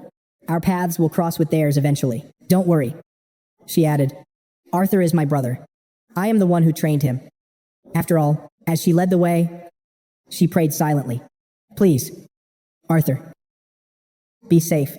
And Father, please be safe as well." Down below, Jein Frey realized, "So that captain is your sister. You are searching for your father too." "Done brooding. Let's get moving." Arthur stared at him, pointing toward the peak in confusion. "Wait. Where to?" "The demon god is at the summit," Jein Frey scoffed. "With your current level, you would be dead in seconds." Arthur's heart wavered. He bit his lip, conflicted. Regardless of what Jein Frey said, he could not just give up. "I will just hunt around here for a bit," Arthur muttered, his pride stinging from the harsh truth. The system detected Arthur's inner turmoil, reading his desire to grow. Jein Frey offered, "If you want strength, follow me." Arthur froze, his eyes wide and dazed as a goofy, awkward grin slowly spread across his face. Moments later, surrounded by a swarm of firebone birds, he muttered a silent prayer. "Is this what you call a quick hunt?" Arthur and Jein Frey were trapped by the blazing avians. System alerts flashed relentlessly. The firebone birds were evolving. Arthur realized their levels far exceeded the previous ones. A one-on-one would be manageable, but facing an entire swarm like this is suicide. Before Arthur could even strategize, Jein Frey drew his blade. With a single, explosive swing, the birds were pulverized instantly. Jein Frey pressed the advantage, his blade a blur of steel, In seconds, he annihilated scores of the flaming beasts. Watching the sheer display of overwhelming power, Arthur stood in awe. This man is a monster, but before he could process it, a thunderous screech erupted from his blind side. Spinning around, he saw a firebird lunging, spewing white-hot flames. He barely managed to dodge the searing heat. Relying on his instincts, Arthur rolled clear and summoned his weapon from the void. Above him, the massive predator circled, dagger in hand. He shifted into a defensive stance. Suddenly, the beast plummeted toward him like a meteor. The assault was relentless. Realizing he was in a corner, Arthur desperately reached for his bow. I can't let it close the distance. Arthur took aim. Locking his sights on the fiery target, he waited for the perfect moment. Asterisk thwip times. His arrow pierced the monster's skull with deadly precision. The beast crashed into the dirt. Lifeless, Arthur wiped the sweat from his brow. Exhaling in relief, looking at his kill, he smirked. Don't underestimate me. I don't lose one-on-one battles. Suddenly, panic surged through him as he remembered his partner. Wait, what about Jein Frey? Turning around, Arthur froze in disbelief. Sitting amidst a mountain of bird corpses, Jein Frey was eating a drumstick. The warrior glanced back casually. Oh. You finished. Arthur stood paralyzed. Asterisk. Is this guy seriously eating the monster loot? Asterisk. Jein Frey offered a piece as if it were normal. Want a bite? System alert. Firebone. Bird meat rank. A rarity. It tastes just like fried chicken. While edible raw, it's best served piping hot. Arthur stared back with a look of pure judgment. Asterisk. What in the world is wrong with this guy? Asterisk. Feeling the glare, Jein Frey panicked internally. Damn. Did I eat too fast? But I need 50 pieces for that buff. Asterisk. System alert. Massive mana signature detected. Jein Frey Sehil. Still chewing his drumstick with a look of utter exhaustion. Talk about terrible timing. Suddenly, the ground trembled as massive, heavy footsteps approached the pair. Their lunch was cut short by a level 45 Fire Kirin, a towering beast wreathed in roaring flames. Its flicking tongue and armored, razor-sharp scales radiated heat. The behemoth let out a bone-chilling roar. It lashed its tail with violent force, caught off guard. Arthur was slammed backward into the jagged cliffs. Arthur. Are you all right? Jein Frey shouted. Arthur grimaced, hating his own weakness as he wheezed. I'm Fine. I'll take it from here, Jein Frey declared, his eyes cold. Find somewhere safe to hide. Now, standing tall, Jein Frey faced the raging beast. It gnashed its teeth, drooling with a primal, bloodthirsty hunger. Jein Frey smirked with biting sarcasm. What's wrong? You having stomach issues too? You big lizard, you're moving pretty slow. Full stomach. The beast trembled, as if Jein Frey had hit the mark. Oh. Gross. It's going to blow. Asterisk right on cue. The Fire Kirin violently vomited its undigested meal. Amidst the bile lay a bleached white skeleton. Seeing the remains, Jein Frey didn't even flinch. Asterisk. Human remains. Just as I suspected. Asterisk. By then, Arthur had finally regained his senses. He stood up, but his face paled instantly. His eyes went wide with pure, unadulterated horror at the sight. Jein Frey scowled, his voice dripping with absolute disgust. Let's end this before I lose my own lunch. Enraged by the provocation, the monster's head erupted in flames. However, Arthur's gaze was fixed on the gruesome remains on the ground. Father. Those are his clothes. His sword. System heart of hatred awakened. Intent to kill maximum. Jein Frey gasped. Asterisk. What times Arthur's aura shifted, his face twisting into a mask of pure, murderous intent. You're dead, Arthur roared, gripping his daggers. Fueled by vengeance, he lunged toward the monster like a demon. Give me back my father's life. The Fire Kirin shifted its focus, turning its wrath toward the charging boy. Seeing Arthur's reckless charge, Jein Frey screamed out, Hey, wait. Stop right now. With a single whip of its tail, the fiery beast sent Arthur's weapon flying. Arthur was no match for this monstrosity. Thrown back like a rag doll without a chance to resist. Despite the brutal blow, Arthur roared, I'll tear you apart. The beast's killing intent only grew fiercer. The fiery beast charged at Arthur, but Jein Frey lunged forward, slamming him into the dirt just in time. Pinning him down, Jein Frey erupted in fury. Are you deaf? I told you to stop right now. Blinded by hatred, Arthur snarled back. Let me go, but Jein Frey wouldn't budge an inch. You're asking for death, Jin scolded. This beast wasn't something a lone warrior could ever hope to face. Arthur screamed, So what, let me go, Jein? Frey knew he had to snap him out of this. Calm down. What happens to your family if you throw your life away here? The words hit 𝐼𝐎 like a physical blow. Reality set in as Jein Frey continued his stern warning. You know the truth, don't you? This thing isn't something you can defeat alone. Tears blurred 𝐼𝐎's vision as he choked out. I know. But what am I supposed to do? Helplessness and the agonizing pain of losing his father took hold. System resentment detected. 𝐼𝐎 trembled, his knuckles white as he cursed his own pathetic weakness. Seeing his companion's despair, Jein Frey softened his grip. I'm sorry for shouting at you, he muttered. Silence fell as the tension simmered down. 𝐼𝐎 slowly regained his composure. Then, Jein Frey turned back with a sharp gaze. 𝐼𝐎, your class is a hunter. Right. Can you use battle cry, and what items do you have left in your inventory? Confused, 𝐼𝐎 checked his bag. Some healing herbs, arrows, and some cotton bat fur. Why is this even in my inventory? 𝐼𝐎 wondered aloud. Completely baffled. That's a hidden hunter trait, Jein Frey explained. You've actually got some top-tier materials there. Jein Frey didn't waste time. We'll discuss that later. Listen close. I have a plan, brimming with confidence. Jein Frey declared, if we pull this off, we can actually win. Follow my lead exactly. Jein whispered. 𝐼𝐎 hesitated, wondering if two people could really slay this beast. A powerful fiery beast stood before them, and their only hope rested on this two-man gamble. 𝐼𝐎 frowned, his heart racing with doubt as he struggled to believe in his own strength. The monster stared them down, waiting. Jein Frey stood calm and ready. Buff me now. 𝐼𝐎 nodded, choosing to trust him. Understood. He took a deep, focused breath, channeling every ounce of his remaining energy.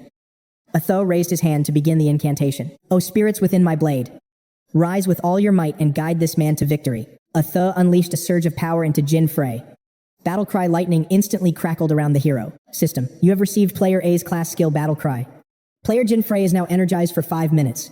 Strength and speed increased by 30%. The beast paused, confused by their sudden move. Meanwhile, 𝐼𝐎 grabbed the items Jein requested. He tossed them over. Here, the cotton bat fur you asked for. Thanks. Jein Frey smirked, feeling the buff's power. The pain is gone. Now, let's execute the plan. Jein Frey blurred into motion, charging forward with the absolute confidence of a victor. The beast roared, wreathed in flames as it lunged. Jein Frey looked tiny, but he didn't flinch. With a sharp exhale, Jein Frey swung his blade in a devastating arc. He analyzed its massive health points.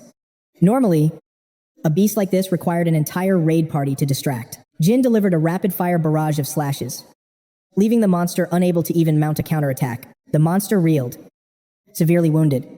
System, the mutant fiery beast is now heavily poisoned. Perfect, Jein Frey breathed. He had successfully coated his blade in centipede venom. Suddenly, a sharp arrow whistled through the air, streaking toward the beast with lethal precision. It buried itself deep in the monster's skull. As it shrieked in agony, Jein looked back at 𝐼𝐎. Jein Frey smirked with satisfaction. Everything was going exactly as he had calculated. The Hellfire's fatal weakness was right between its eyes. After releasing that shot, 𝐼𝐎 stood there in a daze, barely able to believe he had actually pulled off such a feat. As he drew his bow once more, 𝐼𝐎 realized that close-range combat was suicide against these foes. He was lucky to be there as their marksman. Driven by that thought, 𝐼𝐎 loosed another arrow to maintain the momentum. Meanwhile, Jein Frey moved in to bait the beast's deadly aggro. The Hellfire lunged, jaws agape as it tried to devour Jein Frey. Driven to madness, the creature roared incessantly while its massive tail thrashed in a blind frenzy. A hail of arrows struck the monster's head, forcing a gut-wrenching howl of pure agony from its throat. Jein Frey narrowed his eyes and glanced back. Seeing 𝐼𝐎's relentless assault, a surge of confidence filled him. It's time. The Hellfire unleashed a primal scream of rage and pain. Suddenly, a system alert flashed. Berserk mode activated. The mutant's stats spiked by 30%. The sheer force of its fury conjured violent winds, forcing 𝐼𝐎 to momentarily halt his fire. Wiping sweat from his brow, 𝐼𝐎 stared in awe. Is this the power of its berserk state, he wondered. Even from this distance, the suffocating waves of heat were unmistakable. Yet, Jein Frey didn't hesitate, charging toward the beast without a shred of fear. As he closed the gap, Jein silently analyzed the threat. In this berserk state, every single attribute of the Hellfire would surge beyond its limits. Jein gripped the puff lamb wool 𝐼𝐎 had handed him. It appeared his true master plan was finally coming together. Everything was proceeding exactly as anticipated. He intended to turn this desperate situation into his ultimate advantage. The Hellfire still brimmed with terrifying vitality, baring its razor-sharp fangs and flicking its long, predatory tongue. It used its massive tail as a shield when Jein attacked with lightning. But through it all, Jein kept a firm grip on that wool. A triumphant smile played on his lips. Preparation was almost complete. He knew that in a berserk state, the creature's weakness would shift. The brow was no longer the target. Sensing the change, 𝐼𝐻 raised his bow high and aimed for the sky. He prepared the next strike. After locking his aim, he released the string, sending an arrow whistling through the air. The foreleg, true to his intent. 𝐼𝐻's arrow struck with surgical precision, piercing the Hellfire's front leg. Jein Frey seized the opening instantly, slashing deep into the monster's limb. Mind's eye activated. The beast shrieked as the system registered the critical hit. With blinding agility, Jein became a whirlwind of blades, delivering a relentless barrage of strikes all across the monster's hide. Just a little more, he thought. The beast's leg was severely damaged, and the flames licking its body were finally starting to flicker out. 𝐼𝐻 sensed a shift in the battle's rhythm, pausing for a split second to calculate their final move. Together, they watched as the Hellfire's strength began to ebb away. Jein stood defiantly before it as the monster's eyes began to heavy. Jein observed the creature closely. The aura of intense fire surrounding its body was finally beginning to dim. He knew this was a sign of exhaustion, but he also knew the danger it could still recover health points by devouring the surrounding embers. Sure enough, after only a few moments, the Hellfire began its recovery process. The system announced recovery mode initiated. The mutant was restoring its health points. Witnessing this for the first time, 𝐼𝐻 was stunned. Self-regeneration. What kind of monster is this? 𝐼𝐻 thought as he drew his bowstring tight once again. He calculated that if they didn't win within 5 minutes, their combat buffs would vanish. They had to kill it before the recovery was complete, desperate to finish the fight. 𝐼𝐻 shouted with everything he had. Jein Frey, I'm ready on my end. The Hellfire towered over Jein Frey like a mountain of scales. But the young warrior didn't show even a flicker of fear. Hearing the resolve in 𝐼𝐻's voice, Jein felt a surge of renewed power. Let's do it, he shouted back, locking eyes with the beast. Jein smirked with total confidence. Time to end this. You oversized lizard. The monster understood the challenge and lunged at him. Having partially recovered, its movements were even more savage than before. Jein risked everything to provoke it, striking its throat repeatedly to force those deadly jaws apart. Come on. Open wide. The plan was working perfectly. Disoriented by the blows to its neck, the Hellfire was forced to gape its mouth open in a daze. Jein whipped out the bundle of wool. Seeing the opening, he knew the moment of truth had finally arrived. Now, without a second's delay, he hurled the wool high into the air and roared. Don't you dare miss.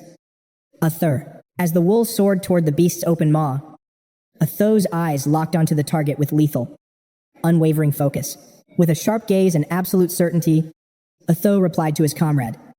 Not a chance. The arrow flew like a streak of lightning, whistling toward the wool that Jein Frey had just tossed into the sky. It pierced through the puff-lamb wool with impossible speed, carrying the payload deep into the Hellfire's throat. The beast let out a strangled, choked roar, its deadly assault grinding to a violent and absolute halt. It seemed the arrow and the tuft of fur were finally taking effect. 𝐼𝐻 froze, feeling a seed of doubt as the flame beast remained eerily still. Wait. Did it fail? 𝐼𝐻 wondered. But Jein Frey saw things differently. Ignoring the confusion, he began a cold, steady countdown. 3. Jein Frey locked eyes with the monstrous creature looming before them. 2. His gaze remained unshakable and filled with absolute confidence. It was clear that every part of this plan was under his total control. Then, Jein Frey uttered the final word, 1. The moment the countdown hit 0, the flame beast's body began to swell unnaturally. A violent reaction erupted from its maw. Boom. A thunderous explosion rang out as the beast's massive head was blown to pieces. The cotton rabbit fur had acted as a devastating hidden bomb. Jein Frey knew its secret. This fur absorbs any incoming attack and strikes back with triple the original destructive power. Just then, the system flickered to life. The temporary combat buff from his hard-won spoils of war finally reached its limit. You have exited the stomach cramp sprint state after 5 minutes of intense exertion. Jein Frey exhaled, thankful for the perfect timing. The flame beast's colossal legs finally lost their grip on the earth. With a heavy thud, the mountain-sized monster collapsed into the dirt. Its massive weight shook the very ground upon impact. A system alert flashed. You have successfully defeated the mutant flame beast. First blood reward obtained. Jein Frey let out a long breath and whispered, Objective complete.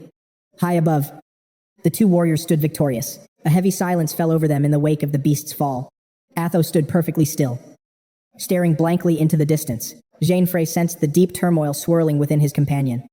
choosing to remain silent and give him space to grieve. Realizing the Lucifer aura was still glowing above him, Jein Frey commanded the system to deactivate it. Suddenly, a group approached from behind, recognizing the newcomers immediately. Atho couldn't hide his relief and joy. "Sister," he called out, his voice cracking with emotion. High Mage Frina and her squad had finally arrived. She rushed toward him, her face full of motherly concern. "Atho, are you hurt?" Her eyes suddenly fell upon the weathered sword gripped tightly in Atho's trembling hand. "Atho. That sword. It can't be." Overwhelmed by grief, Atho's voice shook as he looked at Frina. "It's father's," he whispered, his entire body trembling with agonizing pain. "I found it inside the beast, along with his clothes." Frina immediately pulled her brother into a tight, protective embrace to soothe his soul. "I'm just glad you're safe," Frina whispered softly. "Atho, listen to me. You did everything you possibly could. You did well." Tears finally spilled over as Atho sobbed in her arms. "It wasn't me," he choked out. Jein Frey was the one who did it all. Frina's eyes widened in shock at his confession. She looked toward the stranger, her mind filled with doubt and curiosity about his true power. The entire group turned their gaze toward Jein Frey. To their surprise, they found him kneeling on the ground, busily gathering something. Everyone watched in confusion as Jein Frey carefully picked up jagged stones from the dirt. "What is that guy doing?" they whispered among themselves. Jein Frey kept his head low, his expression veiled in a deep, respectful shadow of sorrow. He was quietly honoring the fallen father. Seeing this, Maxwell and the others knelt down to help him. "Let me assist you with that," Maxwell said, moved to tears by the gesture. The two siblings watched as the realization hit them. "He's building a grave," Frina whispered. Looking at the stone monument marked by his father's sword, Frina prayed, "Rest in peace, Father." Then, the siblings knelt before the humble tomb. Frina and Atho bowed their heads in silent prayer.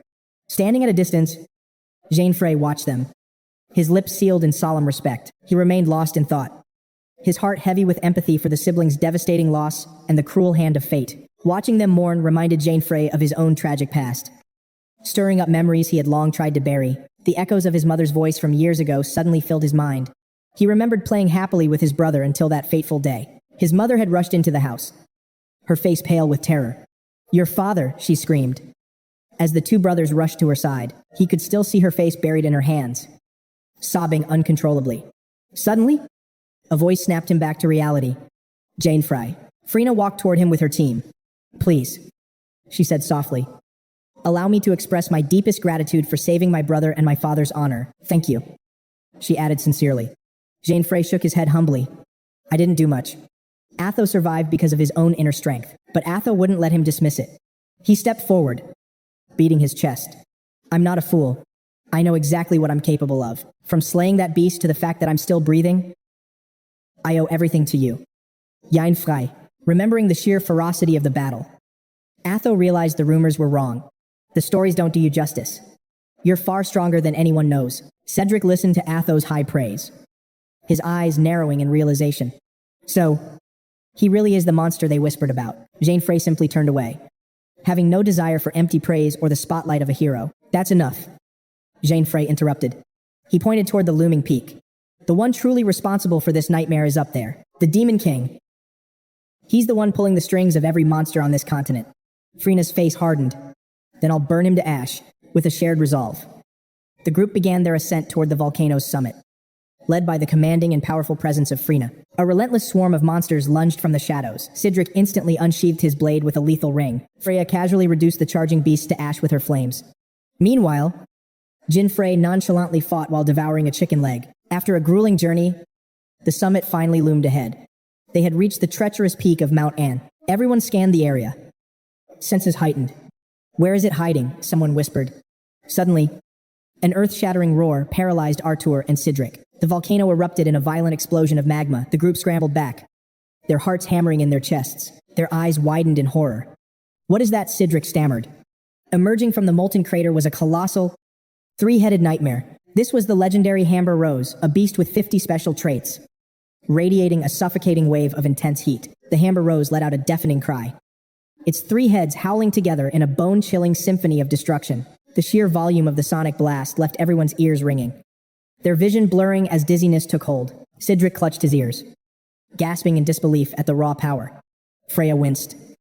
Her senses overwhelmed by the agonizing vibration. Freya gritted her teeth against the crushing pressure. The Amber Rose's eyes locked onto them. Have you humans come here to die? Jein Frey remained eerily calm. Fall back. Everyone, he commanded. Its first strike will be a devastating breath attack. Artur gasped in shock. Freya stood silent, her sharp eyes calculating the beast's movements as it snarled in fury. Her assessment complete. Freya barked in order. Do as he says, everyone. Evacuate this sector immediately. Without a second thought, the team synchronized their movements and retreated from the impending blast zone. Freya glanced back, her heart stopping when she saw Jein Frey standing his ground. What are you doing? Move. Now, Jein Frey merely turned his head. He seemed completely immune to the monster's soul-shaking intimidation and terrifying roar. Enraged, the Amber Rose lunged. One of its massive heads unleashed a torrential pillar of fire directly at Jein Frey. Cedric desperately conjured a barrier to protect the team. Even back here. The heat is unbearable, he groaned. Artur realized his companion was still standing in the line of fire. Jein Frey, he screamed in pure desperation. The flames died down, leaving behind a thick shroud of ash. The Amber Rose's heads began to speak with mocking laughter. The fool couldn't even run. It sneered. In this heat, there won't even be ashes left of that pathetic human. A stupid mortal. The beast hissed. Silence fell over the crater as the suffocating smoke finally began to drift away. As their vision cleared, dread settled in their hearts. Marcel cursed under his breath. Damn it. He really didn't make it. The Amber Rose's arrogance flickered. One head squinted through the haze as a familiar silhouette stood tall amidst the embers. Jein Frey remained perfectly still, unscathed. The Amber Rose froze in utter shock, unable to believe its eyes. Impossible, the beast roared. Jein Frey wiped soot from his face, a confident smirk appearing. It felt like a cozy heater. A system notification flashed. Fire resistance from the firebone bird meat has been successfully activated. The Amber Rose's shock turned into a twisted grin. Interesting. It hissed. Jein Frey met its gaze without any fear. Jein Frey's voice grew cold. That pathetic spark of yours didn't even make me break a single drop of sweat. The group watched in stunned silence, floored by Jein Frey's power. Artur's face lit up with a jubilant shout. Freya's mind raced in shock. Unless he has absolute fire resistance, that blast should have vaporized him instantly. Jein Frey chuckled. Every painful bite of that bird meat and the resulting stomach ache was finally paying off. By consuming 50 pieces of firebone bird meat, he had gained 5 precious minutes of total fire immunity. Yet, the damage wasn't fully negated. His health bar flickered. A system alert blared, warning health in critical state. Realizing he was running out of time, Jein Frey narrowed his eyes. It's time to activate Godspeed. He reached into his inventory and drew a familiar weapon. The Amber Rose gleamed with bloodlust at the tough opponent. Finally, a human with some backbone. The beast growled. This means we can enjoy tearing you apart. With those words, the Amber Rose launched its assault. The very atmosphere around Jein Frey began to warp, brandishing its razor-sharp claws.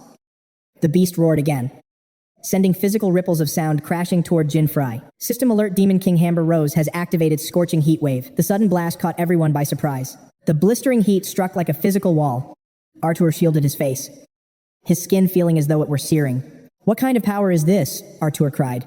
A notification appeared. Due to heat wave, you have entered burn state. You will lose health every second. The system warned. Even Jein Frey felt the sudden shift. A burn effect. Freya reacted instantly.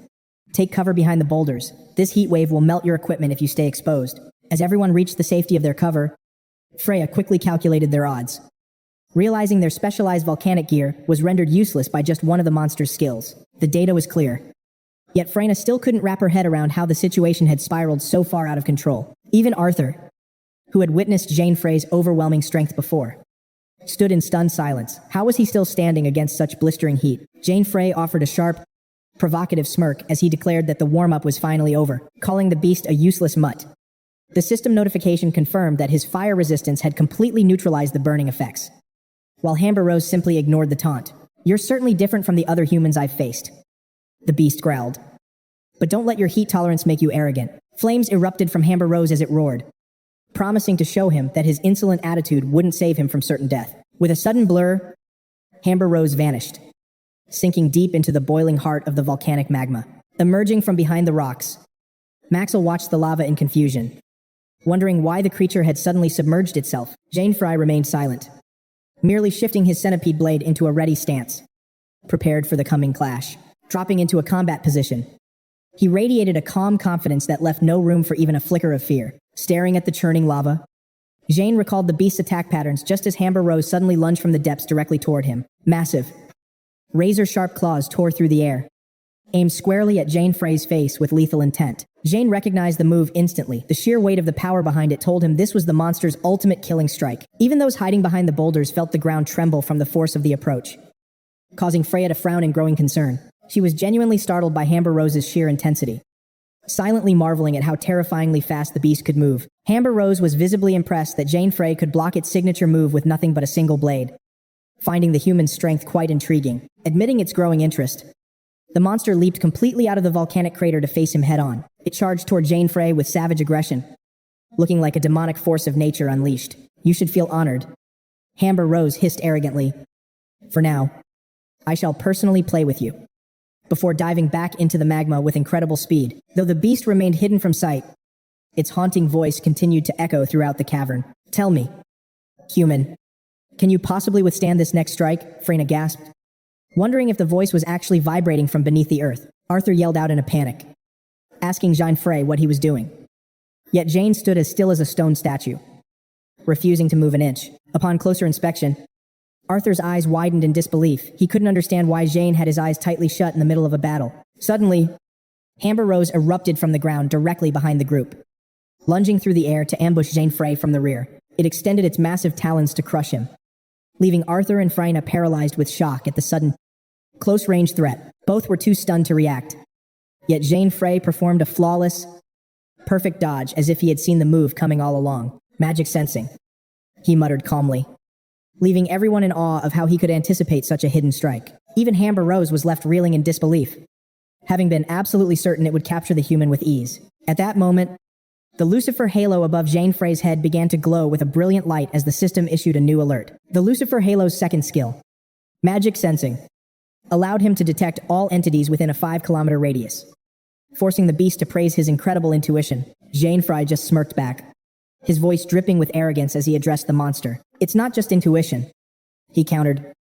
"I know your every movement as clearly as the palm of my own hand." Sensing his triumph, Amber Rose growled at him not to get cocky over mere luck before vanishing once more into the molten river. The beast's voice drifted up from the heat, warning him that luck would eventually run out. "You escaped this time, but the next will be your last. How long do you think you can survive this game of whack-a-mole?" Jein Frey's expression darkened with irritation as he repeated the beast's words back to it with a cold edge. "Shut your mouth and come out already," he snapped, focusing his magic sensing to pinpoint the creature's exact location, planning to use the Godspeed effect for a decisive counterattack. He reminded himself that he had performed this maneuver millions of times before. Suddenly, the earth behind him buckled and surged. Was the beast really arrogant enough to try the exact same trick twice? Arthur screamed a desperate warning as Amber Rose surfaced again, its claws lunging forward to seize Jein from behind. But it was the monster who was in for a shock, as it stared at the empty space where Jein Frey had been standing just a second ago. From high above, Jein plummeted down toward Amber Rose's head, catching the beast completely off guard as it looked up in terror. Raising the centipede blade high, he struck without a moment's hesitation, delivering a direct and devastating slash into the monster's hide. Amber Rose didn't even have time to process the impact, only managing to let out a final, stunned gasp as the surprise attack landed. "What's this?" Jein Frey waved dismissively at the beast. "Now, answer me," he commanded. "Good puppy." His confidence was absolute. Standing tall, he looked down at Amber Rose with pure disdain. "Did you really think I couldn't fight back?" Ambushed and blindsided, Amber Rose let out a furious, ear-splitting roar of rage. Nearby, everyone stood frozen in shock at Jein Frey's overwhelming performance. Arthur couldn't help but shout. Incredible though Amber Rose remained standing, it hissed back mockingly. "One lucky hit, and now you won't stop barking. Brat. Foolish human, we will not allow a mere insect like you to interfere with our sacred mission." Hearing those words, Jein Frey felt a flicker of doubt. Mission. That is something I have never heard of before. Without warning, Amber Rose dove back into the searing depths of the lava. Jein Frey's brows furrowed in annoyance. Tisk. Not this again. Shaking off his distractions, he forced himself to calm down. Overthinking would not help now. He needed to focus entirely on the life-or-death battle ahead. Suddenly, Amber Rose erupted from the molten pool once more. It lunged toward Jein Frey, letting out a terrifying, bone-chilling roar. But Jein Frey was faster. Before it could even strike, he slashed his blade deep into Amber Rose's hide, driving the beast into a mindless frenzy. The strike was perfectly timed, A system alert flashed before his eyes. Critical damage successfully dealt. Mind's eye skill activated. Amber Rose recoiled in disbelief. Could this mere human actually see through every single one of its movements? A satisfied smirk played on Jein Frey's lips. It was not just a critical hit. Something even better had triggered. The system pinged again. Target is now lethally poisoned. Amber Rose's health points began to plummet. Poison you. The beast gasped. You dare use such underhanded tactics, it roared in fury. Jein Frey just chuckled.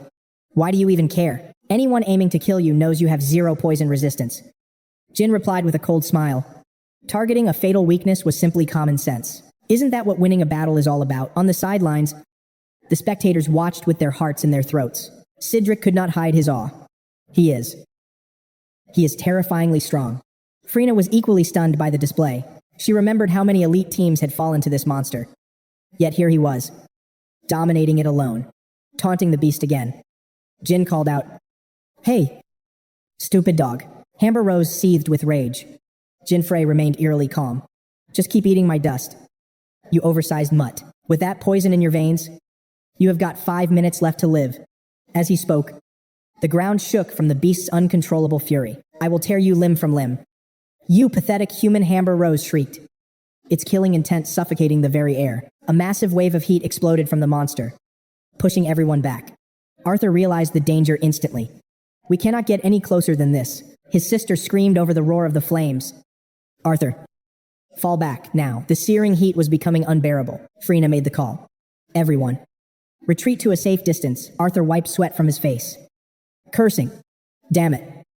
I cannot even stand near it. Yet there was Jein Frey, standing perfectly still in front of the raging Amber Rose, completely unaffected by the blistering heatwave. Its pride wounded, Amber Rose unleashed a devastating torrent of flames directly at Jein Frey. As one head spat fire, the other two searched for an opening. But as the smoke cleared, Jein Frey stood there, unscathed. He was completely fine. Jein Frey tilted his head, slightly confused.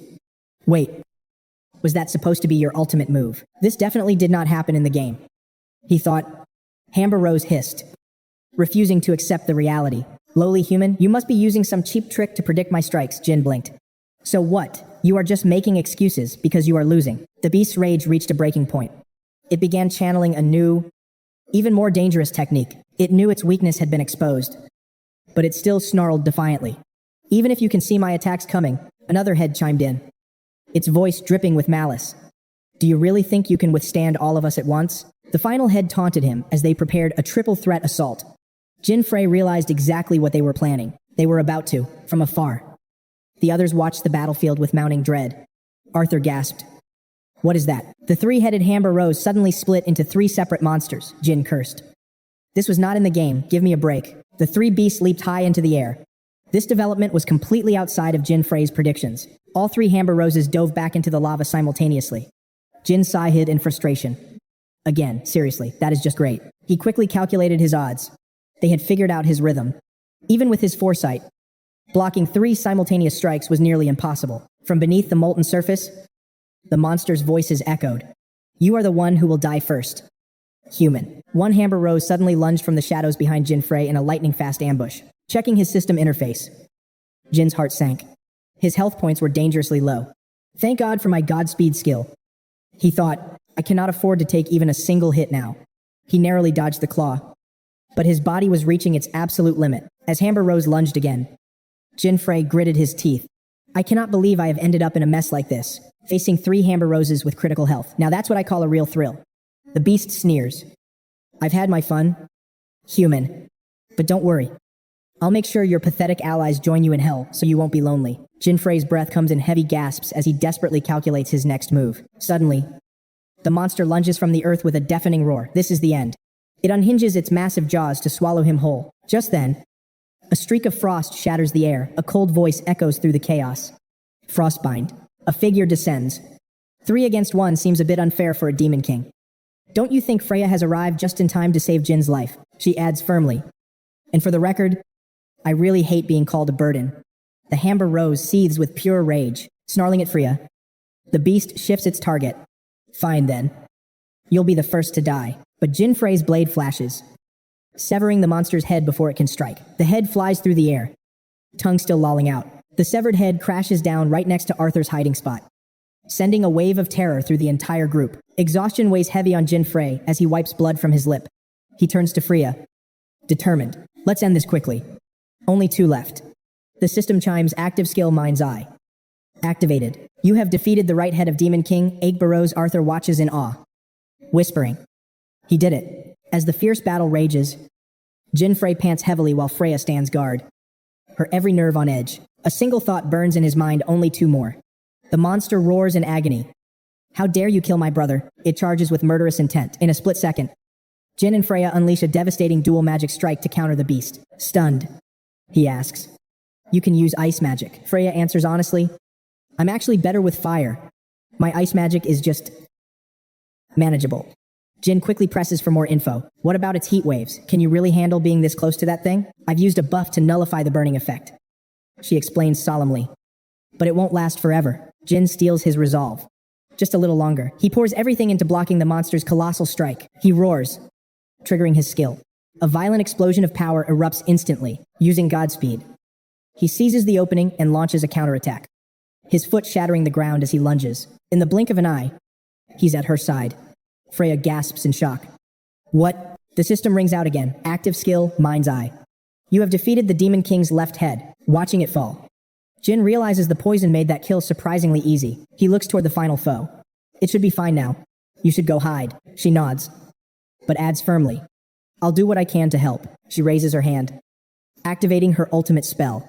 Solar Flare. The system confirms buff Solar Flare active. Attack power increased for 3 minutes. Fire resistance boosted and stacked with existing effects. Jein is stunned. His fire resistance is still climbing. The catch is, Freya smiles softly as she walks away. I can't use magic while this buff is active. Good luck. Jein offers a charming smile in return. My thanks. Lady Pyromancer. Deep within the smoldering shadows, the last Amber Rose collapses against the rocks, howling in hatred. Damn it, to think we'd be pushed this far by a mere human. You annoying pests. Once I recover, I'll tear you to pieces, Jein mocks him coldly. How long are you going to hide down there? You lazy mutt. Tired of playing whack-a-mole, yet Jein descends from the sky like a vengeful god, a smirk playing on his lips. He looks down with pure contempt. The monster screams in panic. How? We're inside a volcano. It snarls. How can a lowly human do this? Jein makes a sharp gesture. Quiet. Dog. The truth finally hits the beast, leaving it paralyzed with shock. Impossible. Jein swings his blade, his eyes cold and filled with lethal intent. In its final moments, the Demon King laments falling to a human. Suddenly, the volcano erupts in a violent surge of lava. Sidric cries out in terror. Is it erupting? Freya's gaze sharpens as she realizes the truth. No. It's Arthur screams. Jein Frey. Through the scorching magma, Jein Frey crawls out of the crater. The group rushes over, shouting, Jein, are you okay? Sidric's voice trembled as he confirmed the truth. Is it over? Marcel's frantic scream pierced the air. Someone bring healing potions. Hurry. Exhaling a heavy breath, he whispered. Yes. It's finished. 𝐼𝐻 stood in disbelief. Could it be, have you really slain the Demon King? Jein Frey gave a solemn nod. I did. His voice cracked with emotion as Freya offered a faint, tearful smile and a soft, yes. Gazing into the distance, Freya spoke softly. Our father can finally rest. The system announced, you defeated the level 50 Demon King. Hibarosi. Rewards and fame points granted. Jein Frey couldn't suppress his rising excitement. Incredible. His mind raced, calculating the spoils of his victory. 800,000 gold. Massive Mother will be so relieved to receive this. The system window flickered, listing the legendary loot rewards. Reward, 800,000 gold. S-rank Hambo's Claw. A-rank Habarosa Fang. As he scrolled the interface, a new notification window appeared before him. Jein Frey contemplated the items. While the claw and fang were rare, he sought something else. Suddenly, Freya spoke, her voice trembling with gratitude. Jein Frey, I honestly don't know how I can ever repay you. 𝐼𝐻 stepped forward, his eyes filled with pure, heartfelt sincerity. Without your strength, we wouldn't have survived. We wouldn't have even made it to the mountain peak alive. He bowed deeply on behalf of everyone. From our hearts, thank you. Jein Frey waved his hands, flustered. Why so formal all of a sudden? Besides, this victory wasn't mine alone. You know, she laughed softly. We basically just followed your lead. Yet somehow we were credited for battle. I even received rare Demon King materials. Jein Frey looked at her with an honest gaze. I believe you truly earned those rewards. So don't feel bad about it. He flashed a warm smile. That buff was a lifesaver. Thanks. Freya thought. He probably would have won even without my help. She hesitated. Her expression conflicted. I wanted to give you more to show my thanks. But the best item I received, Freya's face flushed with embarrassment. It's only a B-rank firestone. Jein Frey's eyes widened in total shock. Wait. A firestone. Stunned by her words. He couldn't help but gasp. That's the one. His sudden outburst left Freya looking completely baffled. Jein Frey wasted no time. Would you be willing to trade that firestone for my S-rank claw? Freya blinked. Stunned. Trade. With me. Cedric froze in place. His mouth agape. Did he just say, a claw? Atho's eyes nearly popped out. An S-rank item for that. Freya gave a slow, hesitant nod. All right. I'll do it. System relocating to the first continent's central hub. Rubijan Town. Her expression turned somber as they prepared to part. We must return home now to give our father a proper burial. I hope our paths cross again. Atho clenched his fist with fire in his eyes. Next time, I'll be the one protecting you. And truly, thank you for everything. Jein Frey watched him for a long moment before smiling. I'll be looking forward to that. Relief washed over him. He finally secured the firestone. Most of his success came from past life memories. But he felt grateful. In his heart, he felt a deep gratitude for the unexpected companions he had met along this treacherous journey. Jein Frey planned his next move. Money sent home. Time to head to the next destination. The system confirmed his journey. Nearby, a passerby whispered, Hey, is that the guy who supposedly took down the Demon King? Another traveler laughed it off. No way. Look at his gear. Those are just basic clothes for a low-level crafter. The man nodded in agreement. You're right. System title acquired, the first Demon King Slayer. Do you wish to proceed to the second continent without hesitation? He hit yes and stepped into the shimmering teleportation circle. The passerby jumped back in shock. What the? Did he just vanish? His friend waved it off. Relax. It's just your imagination. System arriving at the central city of the second continent. The prison of desire. Jein Frey took a deep breath. All right. We've arrived. Suddenly, a notification popped. You have a missed call from Amelia. Jein Frey's heart skipped a beat. What's going on? Did something happen to her while I was away? Amelia's sharp voice rang through the device. Hello? Brother. He replied instantly. What's wrong? Her tone was cold and irritated. What's wrong? You're asking me that, Amelia's voice rose. Do you even realize how much money you just sent home? Where are you? What are you actually doing? Her voice trembled. You haven't joined some dangerous gang or a scam. Have you? Jein Frey kept his answer short. No. Nothing like that. He realized he'd kept his adventurer life a secret from his family. He couldn't bear the thought of them worrying. Amelia's impatient voice broke his thoughts. Hey, are you even listening to me? Jein Frey forced a reassuring laugh. Don't worry, little mom. I'm not doing anything illegal. I promise you. She hesitated, her voice suddenly growing heavy. If you say so. But brother... Her tone sunk. Mother's condition. It's gotten worse. The world stopped. What did you say after the call? Jein Frey sat frozen on a bench, his mind spinning in circles. A heavy weight settled in his chest. He needed to earn even more money for her treatment immediately. His mother's face flashed in his mind as he whispered, Mother. Not far away. A man whispered excitedly to his friend. Check out the auction list. Ben said, his voice laced with curiosity. Did something rare actually show up? He pointed toward the display board. Yeah. Take a look at this. High Elf Tears. The sight of that familiar name made Jein Frey's heart hammer against his ribs. High Elf Tears. Finally. It was here. He realized its immense value instantly. It was a legendary ingredient required to craft a divine elixir. Normally, such a treasure never appeared on the second continent. With this, I can finally save my mother. In his mind's eye, the image of that shimmering, miraculous potion appeared, glowing with a divine light right before him. But his cold logic quickly cut through the excitement. This was an elite auction where the wealthiest aristocrats gathered to flaunt their riches. Its price could easily skyrocket into hundreds of millions of gold coins. Winning this wouldn't be an easy feat at all, but I must obtain it at any cost. I have to find a way to make a fortune. The scene shifts to the second continent's E-rank dungeon, the Eternal Snowfield. Jein Frey stood amidst the frost, meticulously calculating the most efficient strategy to amass a mountain of gold. If the goal is pure profit, high-level dungeons are usually the best choice. However, this specific place holds a secret. Suddenly, He froze in sheer shock. Jein Frey watched in awe as the system flashed an urgent warning. A level 66 spirit beast, the 𝐖𝐎𝐑𝐚𝐧𝐤, had manifested right before his eyes. His eyes ignited with a sharp glint. A satisfied smirk played on his lips as he whispered, "There you are. Found you." He immediately moved to use the items he had scavenged along the way. Upon seeing the offering, the 𝐖𝐻𝐻𝐿's eyes began to sparkle with pure delight. Jein Frey lowered his voice, speaking in a gentle, coaxing tone. "Come here, little one. Come and get your special gift." He began to unveil the prize. "Look at this.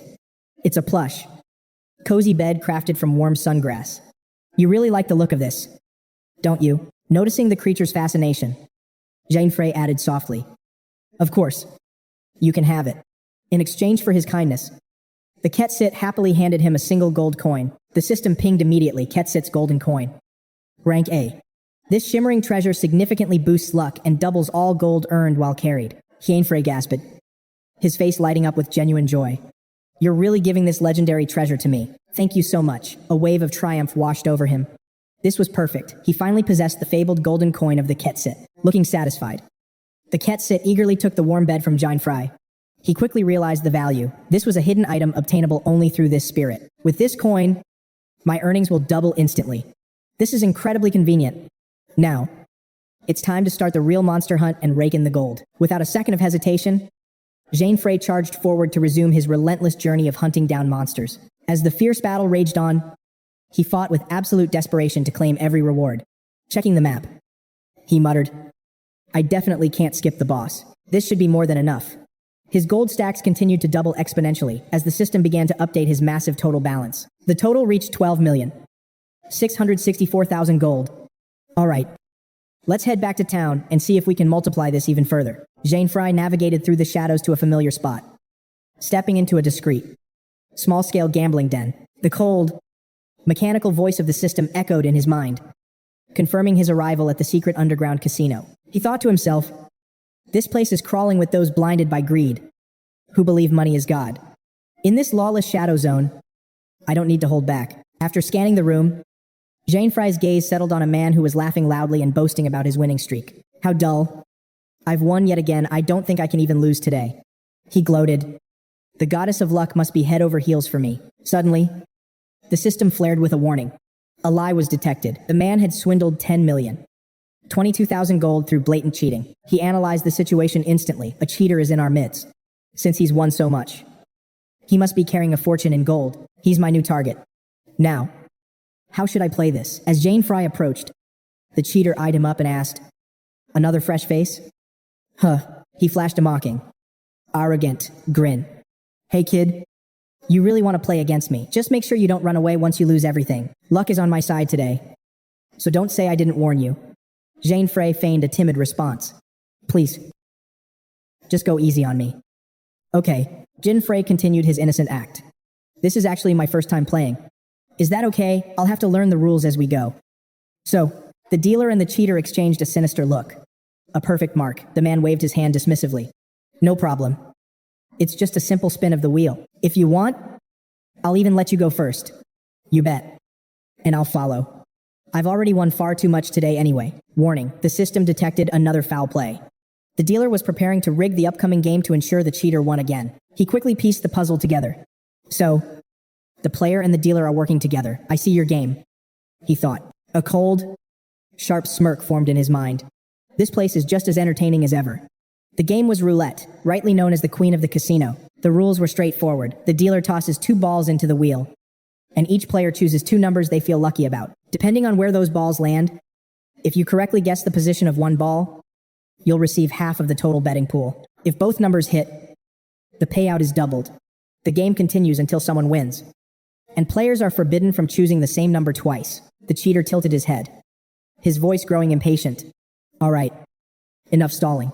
Give me your numbers and your starting bet already." Jein Frey answered instantly without a shred of doubt. "Red 36 and black 8.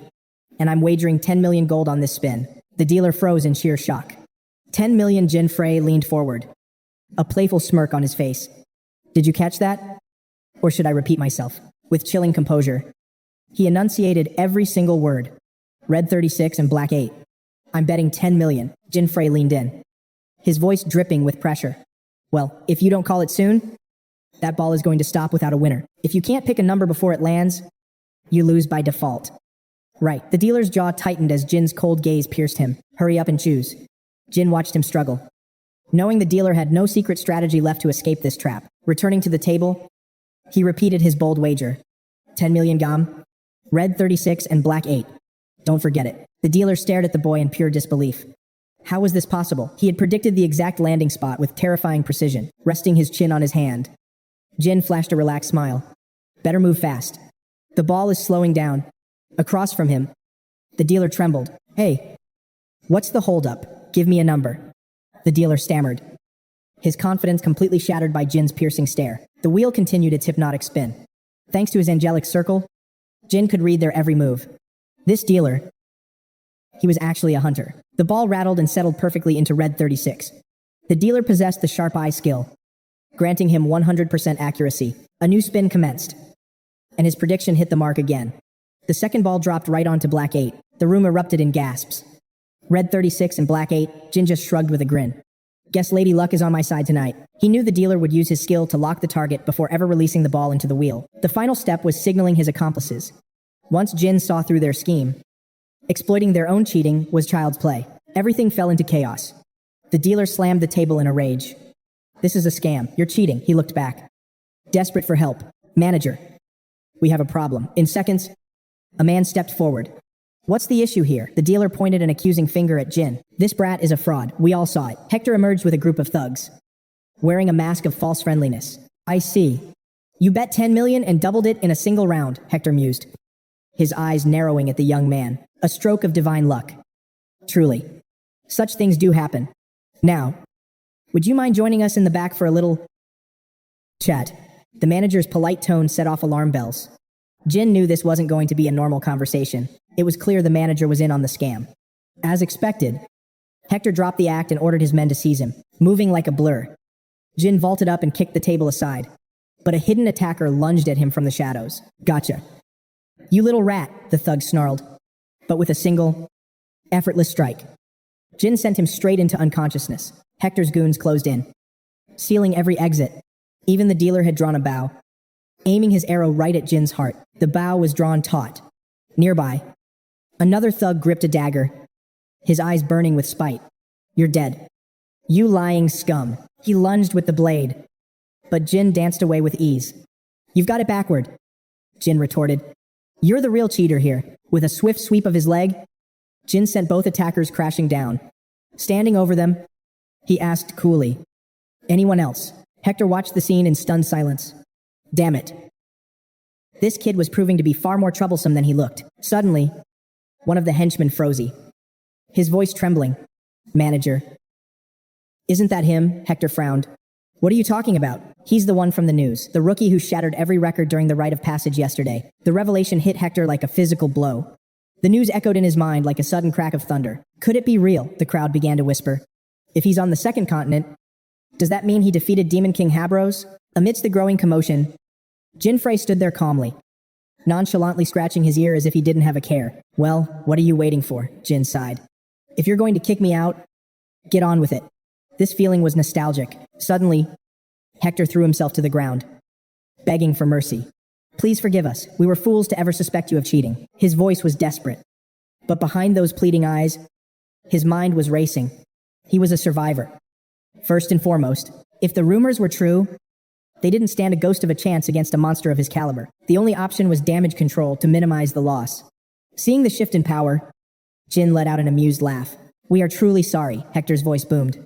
As the manager, I will personally ensure you are compensated for this misunderstanding. After a brief pause, Jin's lips curled into a predatory smile.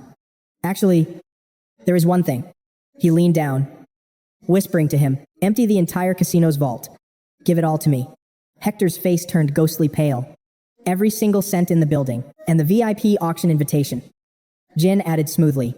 Hector gasped. Even the invitation, he was taking everything they had. I saw through every one of your dirty tricks. Think of this as karma. Jin pulled out a slip. Here's my account number. He turned to leave, tossing one final warning. Refuse, and I'll report you. Or, we can finish that fight. Your choice.